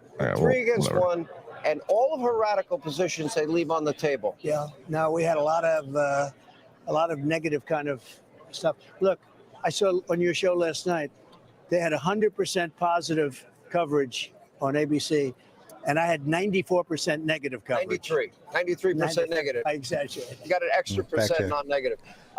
As you were with her tonight, to think that we come out of this debate and we have no answer to her co-sponsoring the Green New Deal, $93 trillion, I say the end of capitalism, to come out of this, government-run healthcare and no answer to eliminating private health insurance. We brought them all up. Every one of the things that we brought it all up. And I also ended with, why hasn't she done it before? Why didn't she fix, she's there complaining. Why didn't she fix all these things? Were you really willing to leave the stage and go home if she was going to go fix it in Washington? No, you know what? I would have left. I would have said, go home and fix it. I'll leave with you, okay? But she doesn't. She's not going to fix it. So she's complaining about all the stuff that's wrong with the country, and they've been there for 3.5 years. And I wanted to save that for my last little summation. And I actually mentioned in there, too. I just thought it was a great debate. I think we showed the weakness. But the sad part is they're destroying our country. When you get right down to it. Debate, good debate. I enjoyed it. But it's a very sad thing because our country is in decline. We are really being laughed at all over the world. And that's tough to take. Do you think it's strange that somebody could support something as radical as sex change operations paid for by taxpayers for convicts and illegal immigrants, and for illegal immigrants, free housing, health care, education, and not get asked a question about it? But I brought it up. You did bring it up. Of course, they weren't so happy when I brought it up, but I brought it up. I brought up the fact that they're doing sex change operations on illegal immigrants And those are expensive operations, and they shouldn't be done for a lot of reasons. There were a lot of things said that weren't true about you tonight. That you would support a national abortion ban. Yeah. You've never said that. I never said that you support Project 25. Correct. You never read it? I don't even know what it is either. I don't want to read it. Okay, number two. That she said in 2000, I took back my position on banning fracking. Yep. No, CNN fact checked that Yep. and said no. The mandatory gun buyback at the end of the debate, she lied about that too. That's right. That's And right. you She did wants call to her out for a lot of confiscate. I called her out on everything that you said. I think I got everything out. Now, with all of that being said, I was amazed because I really thought they'd be fair. I have to say, CNN a few weeks ago was sort of fair against Biden. But this one was stacked. I figured it would be after watching 100% positive coverage of her. And she's done a terrible job as vice president. And look, she's the worst vice president we've ever had. She was the border czar, the worst border ever in the history of the world, not just in our country. And he's the worst president we've ever had. So They're destroying our country. I'm very aware. And if we look at her tax plan, which is, okay, price gauging or gouging, and the largest tax increase not only in American history, but world history, her campaign is saying tonight, Washington Post is reporting that she wants a second debate. What's your Because answer? she lost. She wants it because she lost. Do you have an answer? Well, I don't know. I have to think about it. But if you won the debate, I sort of think maybe I shouldn't do it. Why should I do another debate? She immediately said, we want another debate. That's, you know what happens when you're a prize fighter and you lose? You immediately want a new fight. You want a rematch. You want a rematch. The guy that won is sort of happy and thinking about it. Would you be inclined to say yes, or you Maybe don't know? if it was on a fair network, I would do that. But I think let Hannity moderate it. Yeah, no, I think like that I would be did fair. Newsom and Ron DeSantis. I think it would be fair. You would be fair, I actually. would be you fair. want to know the truth. I'd let you both talk. I'd let you go at each other. I thought they would be fair. They weren't, but I felt very comfortable. Yeah. We have the best policy. She has no policy. You know, one thing that interested me, because I've known you for a long time, and one of the things that I was watching in you tonight is that you were all business. You know, a lot of times when you're at your rallies or we do a town hall. Sean, they're destroying our country. Is that what it was? Is it the seriousness of the moment? There's nothing to smile about. You know, I'm a good smiler, but there's nothing to smile about. They're destroying. We have 21 million people that have been released into our country, and many of them are criminals and terrorists and people Laken from Riley, mental institutions. Rachel Morin, Yeah. Jocelyn Nungary. All dead. I list all these names on the show of people murdered, people raped, people victims of violent crime, names a lot of people never heard of. You've called Laken Riley's family. I did. I was with him. I was with him. Who else you've met other families? You met the families of I met them all. Afghanistan. Nungary. I met. You met Nungary's family. Yeah, I met 5 or 6 of them. Not even talking about the 13 soldiers that were killed in Afghanistan, the families of the 13 soldiers, which Biden won't even talk to, and he's the one that caused their death. Just as if he had a pistol in his hand, he and her caused their death. Just as if literally they had a gun in their hand. Yeah, it's pretty amazing. When you're in a situation like that, what is going through your mind? What goes on behind the scenes? How do you prepare for your debates? Well, I think you sort of, I always say I've been preparing all my life for these debates. You know, you can't go in like she did. She goes into a room and she memorized lines, more or less. I thought I got one cute one. I'm talking where I said, I'm talking, when she started interrupting Well, me. she said that to Mike I Pence. wanted to I'm get speaking. even for that. You know, Yeah. that was not very nice what she did. But no, I thought it was, we're getting great reviews. It's interesting that the one line that really stuck out that did make me laugh out loud is when you said you're going to send her a MAGA hat. There are a lot of That was the positions best. now. All of a sudden, she's come over to your side. She's been against the border wall. She's Right. been against. There's only one problem. Yeah. If she ever won, immediately from the day after that election, everything would go back to confiscate your guns and forget about oil and everything else. You know, they were cutting back on oil way back. They got rid of Anwar, the biggest oil site perhaps in the world in Alaska. They did things that are so bad and so destructive, but energy prices started doubling up, and she immediately went back to the Trump plan. But I would have been now 4 times higher than they are right now, because that was 3.5 years ago. Right. When she cut it, she cut everything out. She went to wind and went to all this other stuff that doesn't work from an economic standpoint and even a visual standpoint. I don't get the wind. You take these gorgeous plains and deserts and all this stuff. They put these windmills up. They go up like a 30-story building in some cases. They destroy everything. They cut out all, and the environmentalists say, aren't they wonderful? But it's the most expensive form of energy, and it's never going to do for our country. So if we look at the issues on the economy, on immigration, on law and order, on energy, and America's role in the world. Yeah. Is there anything you could point to that you would say they have been successful on? No, they have been unsuccessful at everything.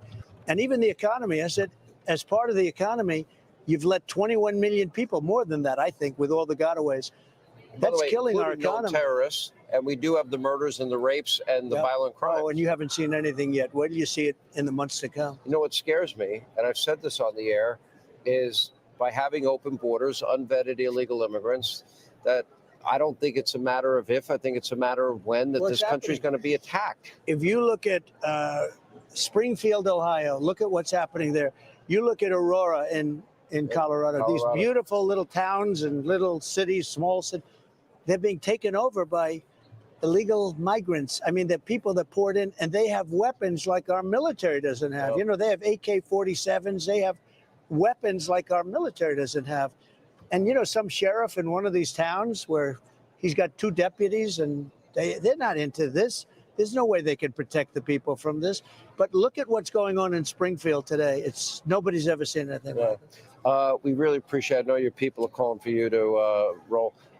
What made you come to the spin room?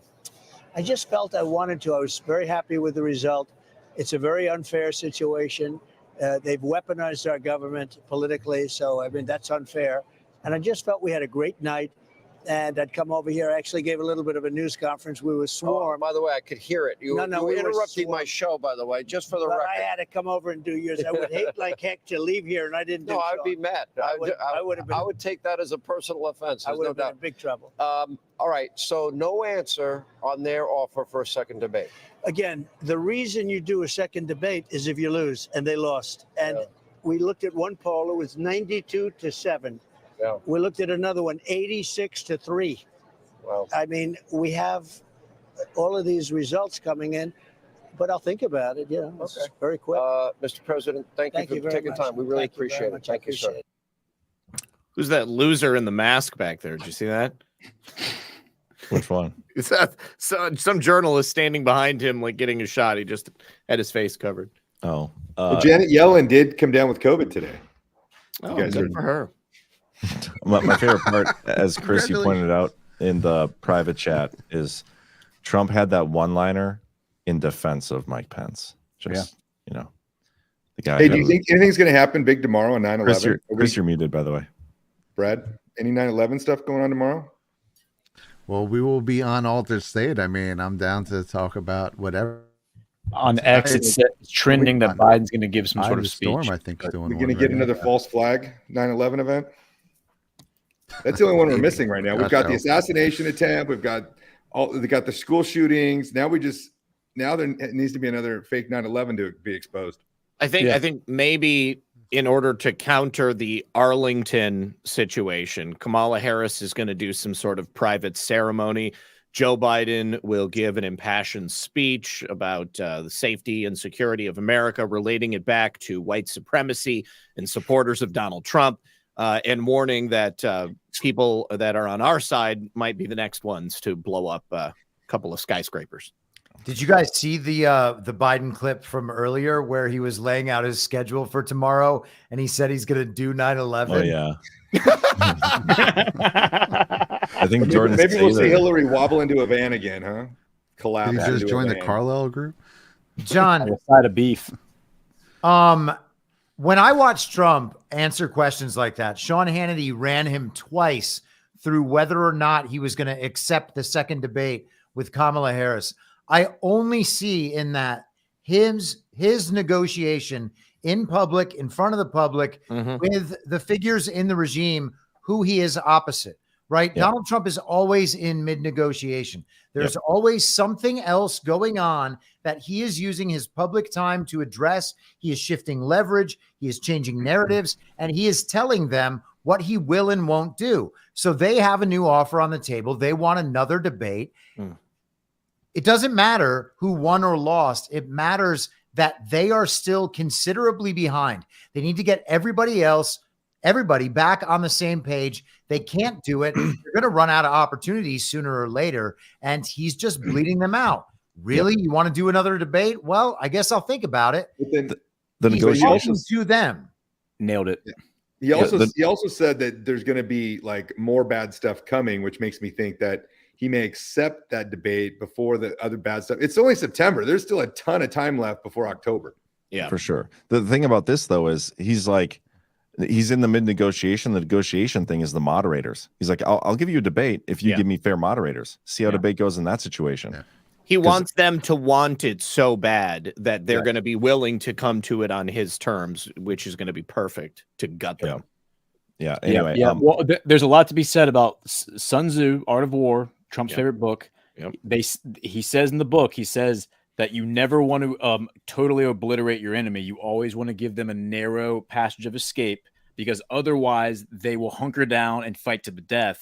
Like in this case, meaning like cancel the election, just, bomb the country, like do some crazy stuff like you're talking about, G, like a false flag. So you give them a narrow passage of escape, which means another debate. Maybe we can steal the election again. Maybe we can convince the country that Kamala's better. Yeah, I love that.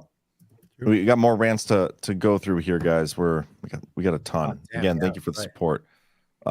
Light Love Life says this is going to be a blast. Thanks, guys. Thank you. GL Smith 1183. Just a little green for the Brady Bunch. That was us. We lost. Patrick got so mad about the debate, like that he left before the first commercial break. Is that what happened? Yeah. He was so pissed off. Yeah. J Beam says she's starting to crack and the CIA agents are about to be confounded.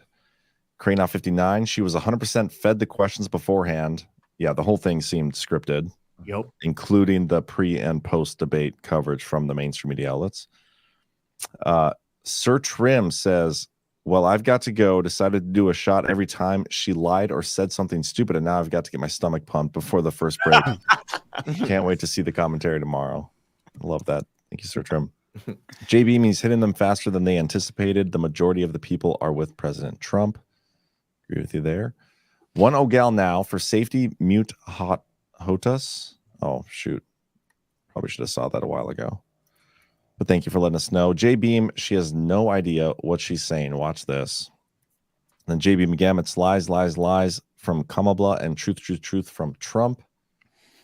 Leslie 0269, just say I don't care about your race. Biden did by saying I'm picking a black female VP. He needs to stay on point. I wish he would stop changing the topic. Yeah. Blue 7i, Kamala reeks of plasticity. I pray people see this. Yep. I agree. Fungible Fanny. Nova's audio earrings are made with real pearls, have built-in speakers that transmit audio up and into your ear. It's a cool concept. Yeah. Maybe I should start wearing pearl earrings. Just does a joke. Dumb jokes. Steph Asia, thanks for hosting this debate for Badlanders so we could chat with informed viewers while being aggravated beyond expression. It is hard to watch the lies, knowing that people who fall for the lies, but we'll get through. Dr. Kate 55, we are all biased. I love and support Trump, no problem, no matter what, but it's okay to say Trump doesn't do well every now and then. This is a war, as you say, and this one was a loss on our side.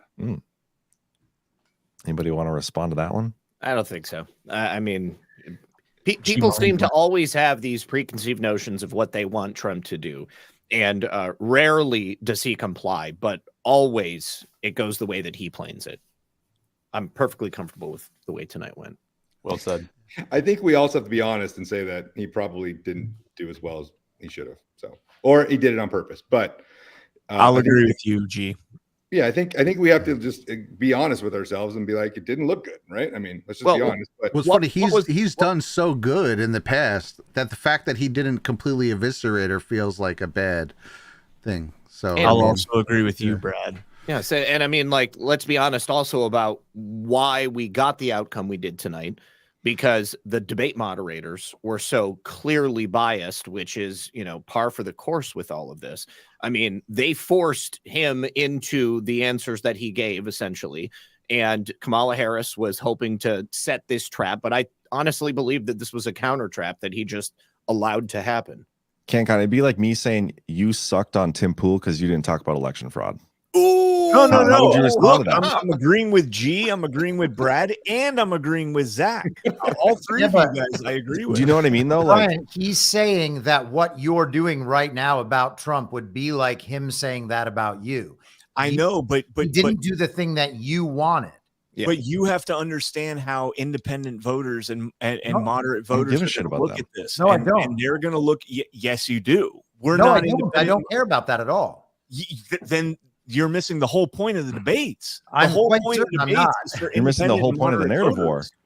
Yeah, man. This is an information war. All that matters is how it goes in the information war. It doesn't matter whether or not he pleased some like 38-year-old wine mom or cat lady or any of the other normies. Sooner or later, they are going to catch up to reality. When that time comes, it will just be that time. What happens until then is that we don't need to spend our time figuring out how they are going to be happy after this. It doesn't matter. Everything gets worse for them. So also consider Disagree this with that wholeheartedly. Consider this. Okay. You had a couple of subsets of American voters. You had Kamala Harris supporters who were not going to be swayed by Trump no matter what he said. Okay. You had Trump's base of support, which was not going to be swayed to vote for Kamala Harris. And then you have Jill Stein's voters, which perhaps may be swayed one or the other. Cornel West's voters, which are probably all going to be voting for him. And then you have RFK's voting base. Okay. And today he came out with a video saying, if you want what I was going to do for you, you have one choice, and that's to vote for Donald Trump. Now, if those people were serious people to begin with, and they were going to vote for RFK because this is what they wanted to accomplish, then they're going to take a listen to him, and they're going to follow his advice. And they're going to say, you know, regardless of what happened in this debate tonight, Kamala Harris did nothing to sway me to make me believe that she was going to implement RFK's policies. But President Trump has already said that he's going to. RFK is going to be part of his administration. I really honestly think that like the hairs that were splitting on those couple of voters that maybe might be vacillating between Jill Stein, Donald Trump, and Kamala Harris, it means nothing. Well, it also means nothing because Donald Trump won in 2020 by a lot. Exactly. There are way, way, way more of us. Yes, in exactly. any fair election, this is nowhere close to being a 50-50 country. So the idea that we need to fret about and compromise or worry or negotiate with, again, the dumbest people in the country to try to get them to vote for Donald Trump is insane.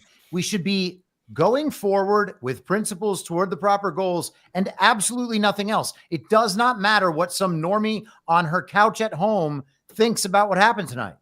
Well, I'm going to defend CanCon here, though, for a sec, though, because a lot of those people are swayed, like literally with a few hours of just something on TV. And so those people that change their minds with the wind change their mind. They'll go either way on this stuff. And there's a lot of voters there. Like, it's not just a small group. Like, I would agree with CanCon. There's a large amount of people that literally get swayed by just how well they looked on TV. And so that's why I think when it gets set up for more pain, like Chris said, these people are going to get fucking burned. And it's going to take actually putting their hand on the stove to get burned. But in the meantime, like Normanville kind of like is going to go for Kamala at this point. But they were going to go regardless of what Trump said. Real. Right. They're also going to go. Of course I agree with that, Chris. But if you're going to propagate the narrative that Donald Trump is going to win by a landslide, you have to perform in this debate. And I think he did well enough with MAGA, with Republicans and all that. I don't know if he got over that hurdle with the moderate voter, the wine moms, as you called them earlier. I don't know if he got over that hurdle. Do I think overall in his campaign he has? Yes, absolutely. But tonight specifically, I don't know if he got over that hurdle. But CanCon, those are the people that they're not going to think for themselves. They're going to interpret what Dana Bash says about Trump, and Dana Bash is never going to come out. No, that's not it. That's my point. Dana Bash is, no matter what Trump did, is going to come out and say that Trump sucked, and so they're going to be like, "Oh, I guess Trump sucked. I'm going to vote against Biden because they wanted to get rid of Biden. They all wanted to get rid of Biden." And like you're the election fraud guy too. The entire point. Okay, I think the entire point of this election is to actually prove how bad voter fraud is. And in order to prove how bad voter fraud is, you have to get normies to actually vote for Trump, like CanCon is saying. You have to provide the wine moms be like, wow, this shit's fucking rigged, right? Because they didn't get that effect is what I think what the ultimate goal is. Two things here. G Money. If you vote in this next election, that's one less normie we need to get then, right?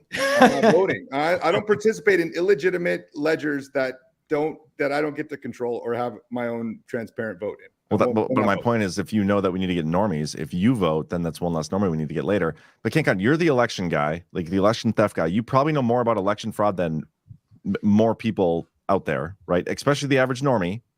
Do you think Trump won in 2020? Yes. Do you think his base is larger now than it was in 2020? Absolutely. Then why the fuck do the normies or independents matter at all? Because all they care about is the perception. We knew in 2020 that the majority of us stood by this. Rasmussen polled it 60-70%. People believed election fraud if affected the outcome of the 2020 election, and it doesn't matter. They'll still do it anyways. The whole point in this was that they needed to win, and I'm not saying that he didn't get there. I'm just saying it wasn't through this performance. This performance did not get him there. Okay, well, among ABC viewers who just watched the debate on that same debate that we saw, 92% of respondents say that Donald Trump won the debate. I think we're splitting hairs, and I think that everything's going to be okay, guys. Okay? Perhaps if we all post orange squares to Instagram, we can win over the wine. Absolutely. Yeah. Does this mean CanCon's part of the 4%? 4 to 6%? Hold on. You're saying that I think that she won the debate. Absolutely not. I just don't think Trump did enough to sway the moderate voters, but we'll see. So Harris didn't win, or Trump didn't lose, but Harris didn't win. They're still on the honeymoon, bro. It's still like that girl that you just started dating and like you're 4 or 5 months into the relationship, and it's still like strange. That's where they're at right now with Kamala. They have not yet realized that it's a dead fish.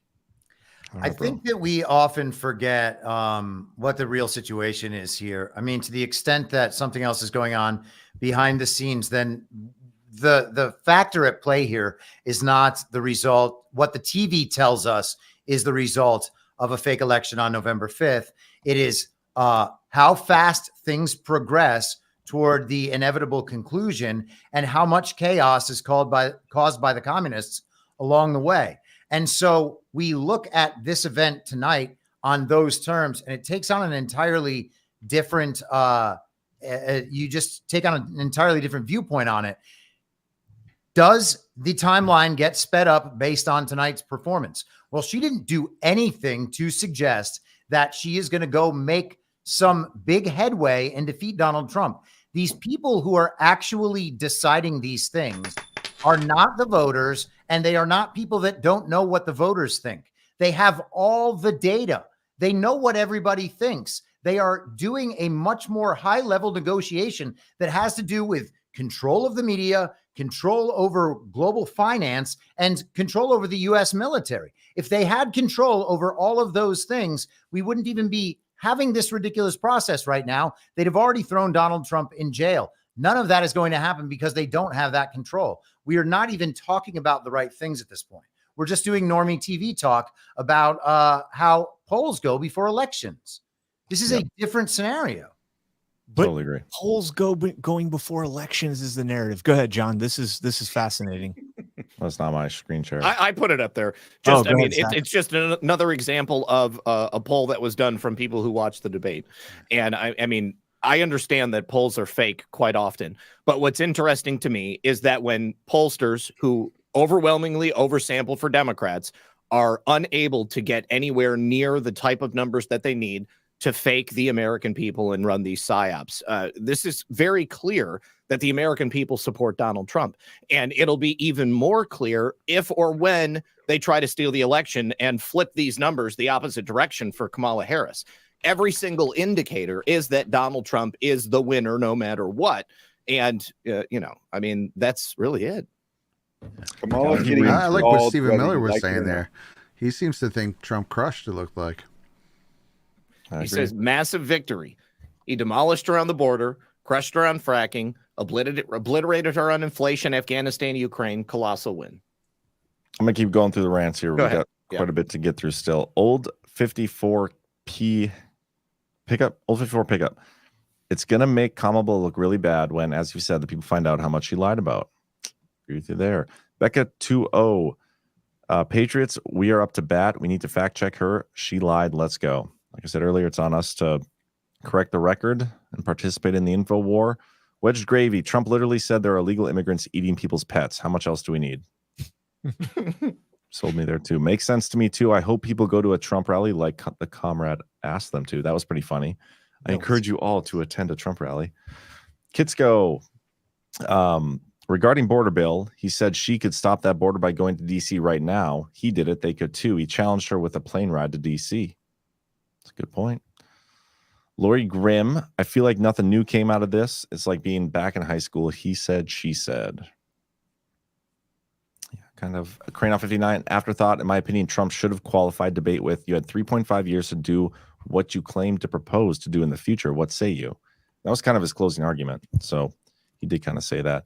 Age 13, I'm wondering, due to so many mega people watching and supporting Trump, this debate may have been activated a more we the people type response. Water cooler talk will be red pilling normies / newbies. That's a good point. Frog and Bandit, thank you. Thank you for all you guys do. Did anyone else notice Trump inviting the narrators to meet so he could show them evidence? Mm-hmm. He does that a lot now. Yeah. Yeah. Snackaroos, maybe China goes into Taiwan now. You might see that. I don't think that's going to I think that whole thing, Xi already came out and said that he knew that the West was trying to bait him into that, and he invited the Taiwanese leaders into Beijing, and they like reconciled everything. So Oak also sent me like a month ago a article saying for the first time ever since World War II, we do not have an aircraft battle carrier group in the Pacific. Oh, wow. Which is unheard of, so meaning that we are not in a position at all to go to war in the Pacific with China. Wasn't that Flynn's brother that was in control of the Pacific Command? No, he was head of Army in the yeah. Pacific Command. Yeah, he wasn't the head. He was like second. Oh, underneath. Also, it was interesting when Kamala tried to turn the chip stuff around and use it against Trump when he was like the original proponent of that stuff. That was fun. Yep. Nomad says, unlike the Biden setup, this was their setup, and they just got Taylor Swift to endorse her. They'll go all in now.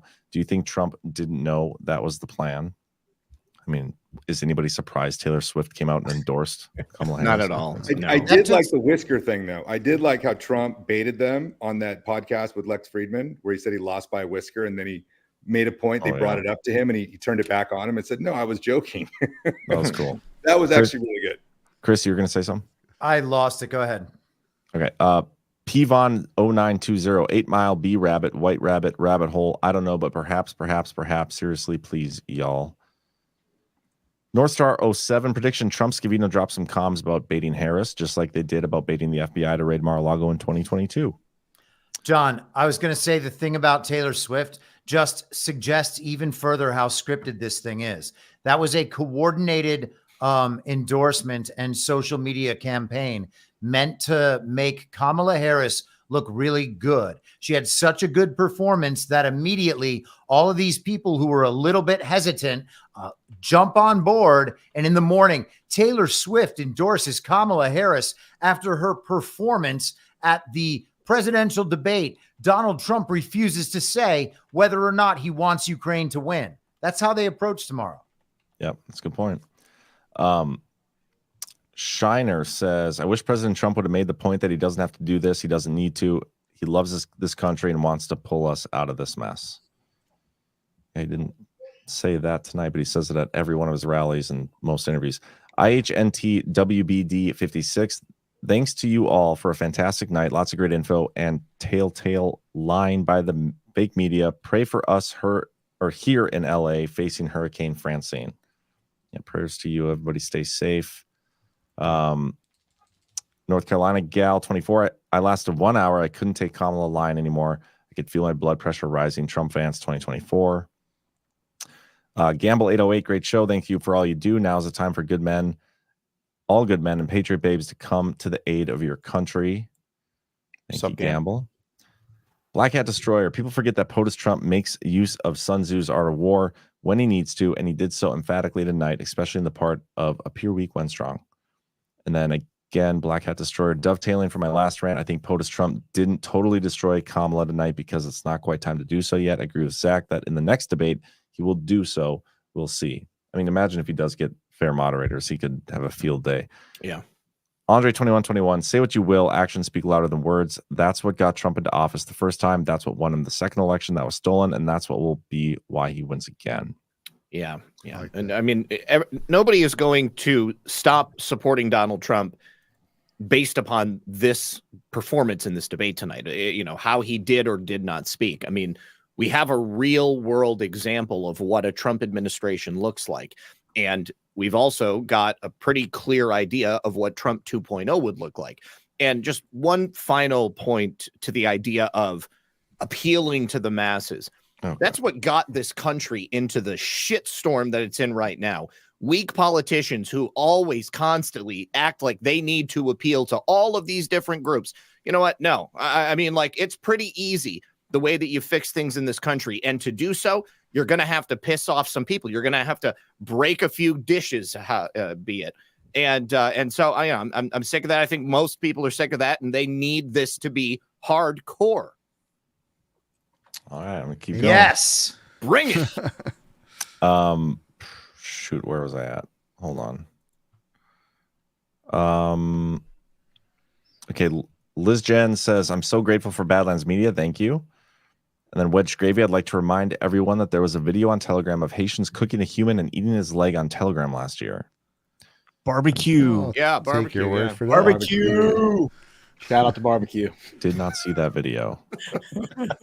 You guys are I mean, insane. to be fair, that leg was from like a CIA operator that had been caught. Yeah. Yeah. And apparently his mom like used to sell barbecue on the roadside, and that's why they call him barbecue. So yeah. Did you guys know that Joe Biden's uncle got eaten? His uncle Bosie got eaten by cannibals. I heard right. that. I heard that. Yeah. I don't know. I Yes. haven't heard it again, but Cindy Lou says, John, okay with you getting pearl earrings, just don't get trapped with matching pearl necklace. Ha ha ha. That's a good one. Kamala Heyo. Touche. Somebody had to do it. Shiner, I take back my I wish President Trump would have statement. As Good you for should. Yes, you're a smart man. Or woman. Or dog. There's a You're- dog. You're a picture. smart they them. Yeah. Nomad says, spot on, Chris. It's all fake. The way you've been taught to think what is important to swing voters, it's all conning propaganda. Dana Bash is the cancer, and Badlands need to help fix this. Thank you. Team Cutting it Smooth, 100% with Chris, plus questioning DJT's strategy at this point is ridiculous. He knew their bait plan and got an ask for second debate score. That's a good point. Fatman79, Trump baited Harris to a second debate by a whisker. Like that. Cricket Halo Angel, did y'all notice how Trump paused and then said she put out? I lost it laughing. Y'all have to clip it. It's funny. Nomad again says, yes, that was my point, Chris. They saved their biggest shot, Taylor Swift, for this debate. It was time to the minute. Comey shirt, etc. Taylor Swift is important. Maybe. Yeah. MZ Nocera 55, thank you so much. And then Masa, when Dave read Trump's post regarding when I win, shows that Deep State got his warning. All right. And with that, that's all the rants. Well, one final thing. Daily Mail is reporting that a bald eagle was just shot for dinner by 2 illegal Honduran migrants. So, maybe Kamala will see that tomorrow in her headlines. Fact check. ABC fact checkers Yeah. get wrecked. Yeah. Dave Muir fact check. IHOP are getting wild. They John, are. And throw that CNN front page up for just a second. So this is what people's impression is going to be built off of. Yep. Harris Bates. baits Trump in contentious debate. Taylor Swift over there. That's the top left story on CNN. I mean, I don't know, man. This doesn't look like they're wiping the floors with anything. nope.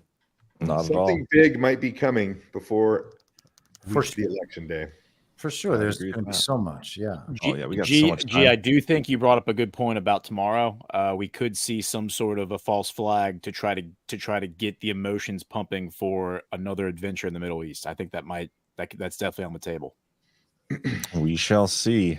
All right, guys. We are apparently going to end with the Totar win video. Got to do it. Got to do it. Gee, have you ever it. seen this? You'll love this. I haven't seen it. Okay. All right, you're going to love it. Everybody hit that thumbs up, and we'll see you tomorrow on Badlands. We got all sorts of content. Zach, you're on Altered State. Yep, with Brad tomorrow at 9. Yep. Power Hour tomorrow morning, Badlands Daily. Catch it all. We'll see you guys tomorrow. Peace. Oh, I love John Ward. President Trump making history, becoming the first American president to ever step foot onto North Korean soil. 조국과 인민을 위하여 영감히 싸워 나갑시다.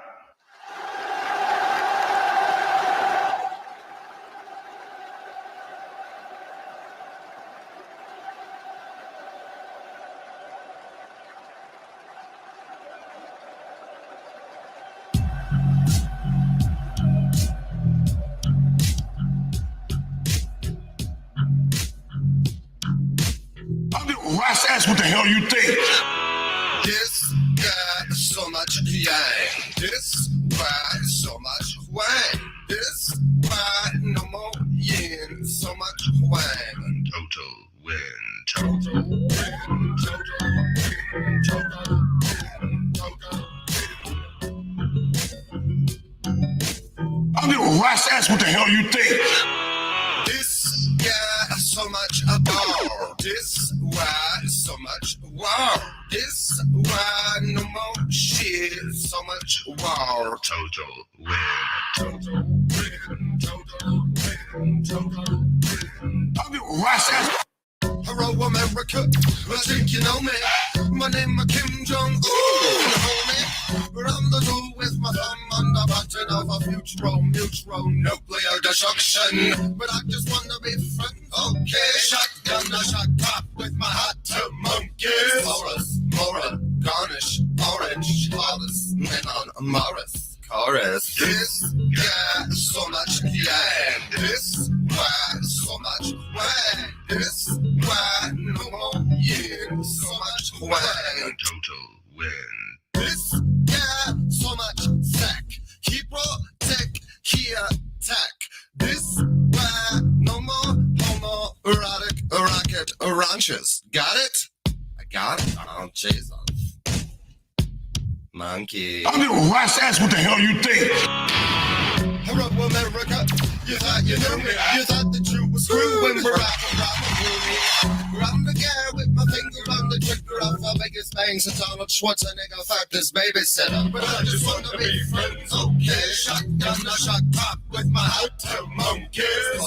Mora, garnish, orange, flawless, lemon, Morris. Chorus. This got so much yang. This why so much wang. This why no more yin. So much wang. Total. This got so much yang. This why so much wang. This why no more yin. So much wang. Total win.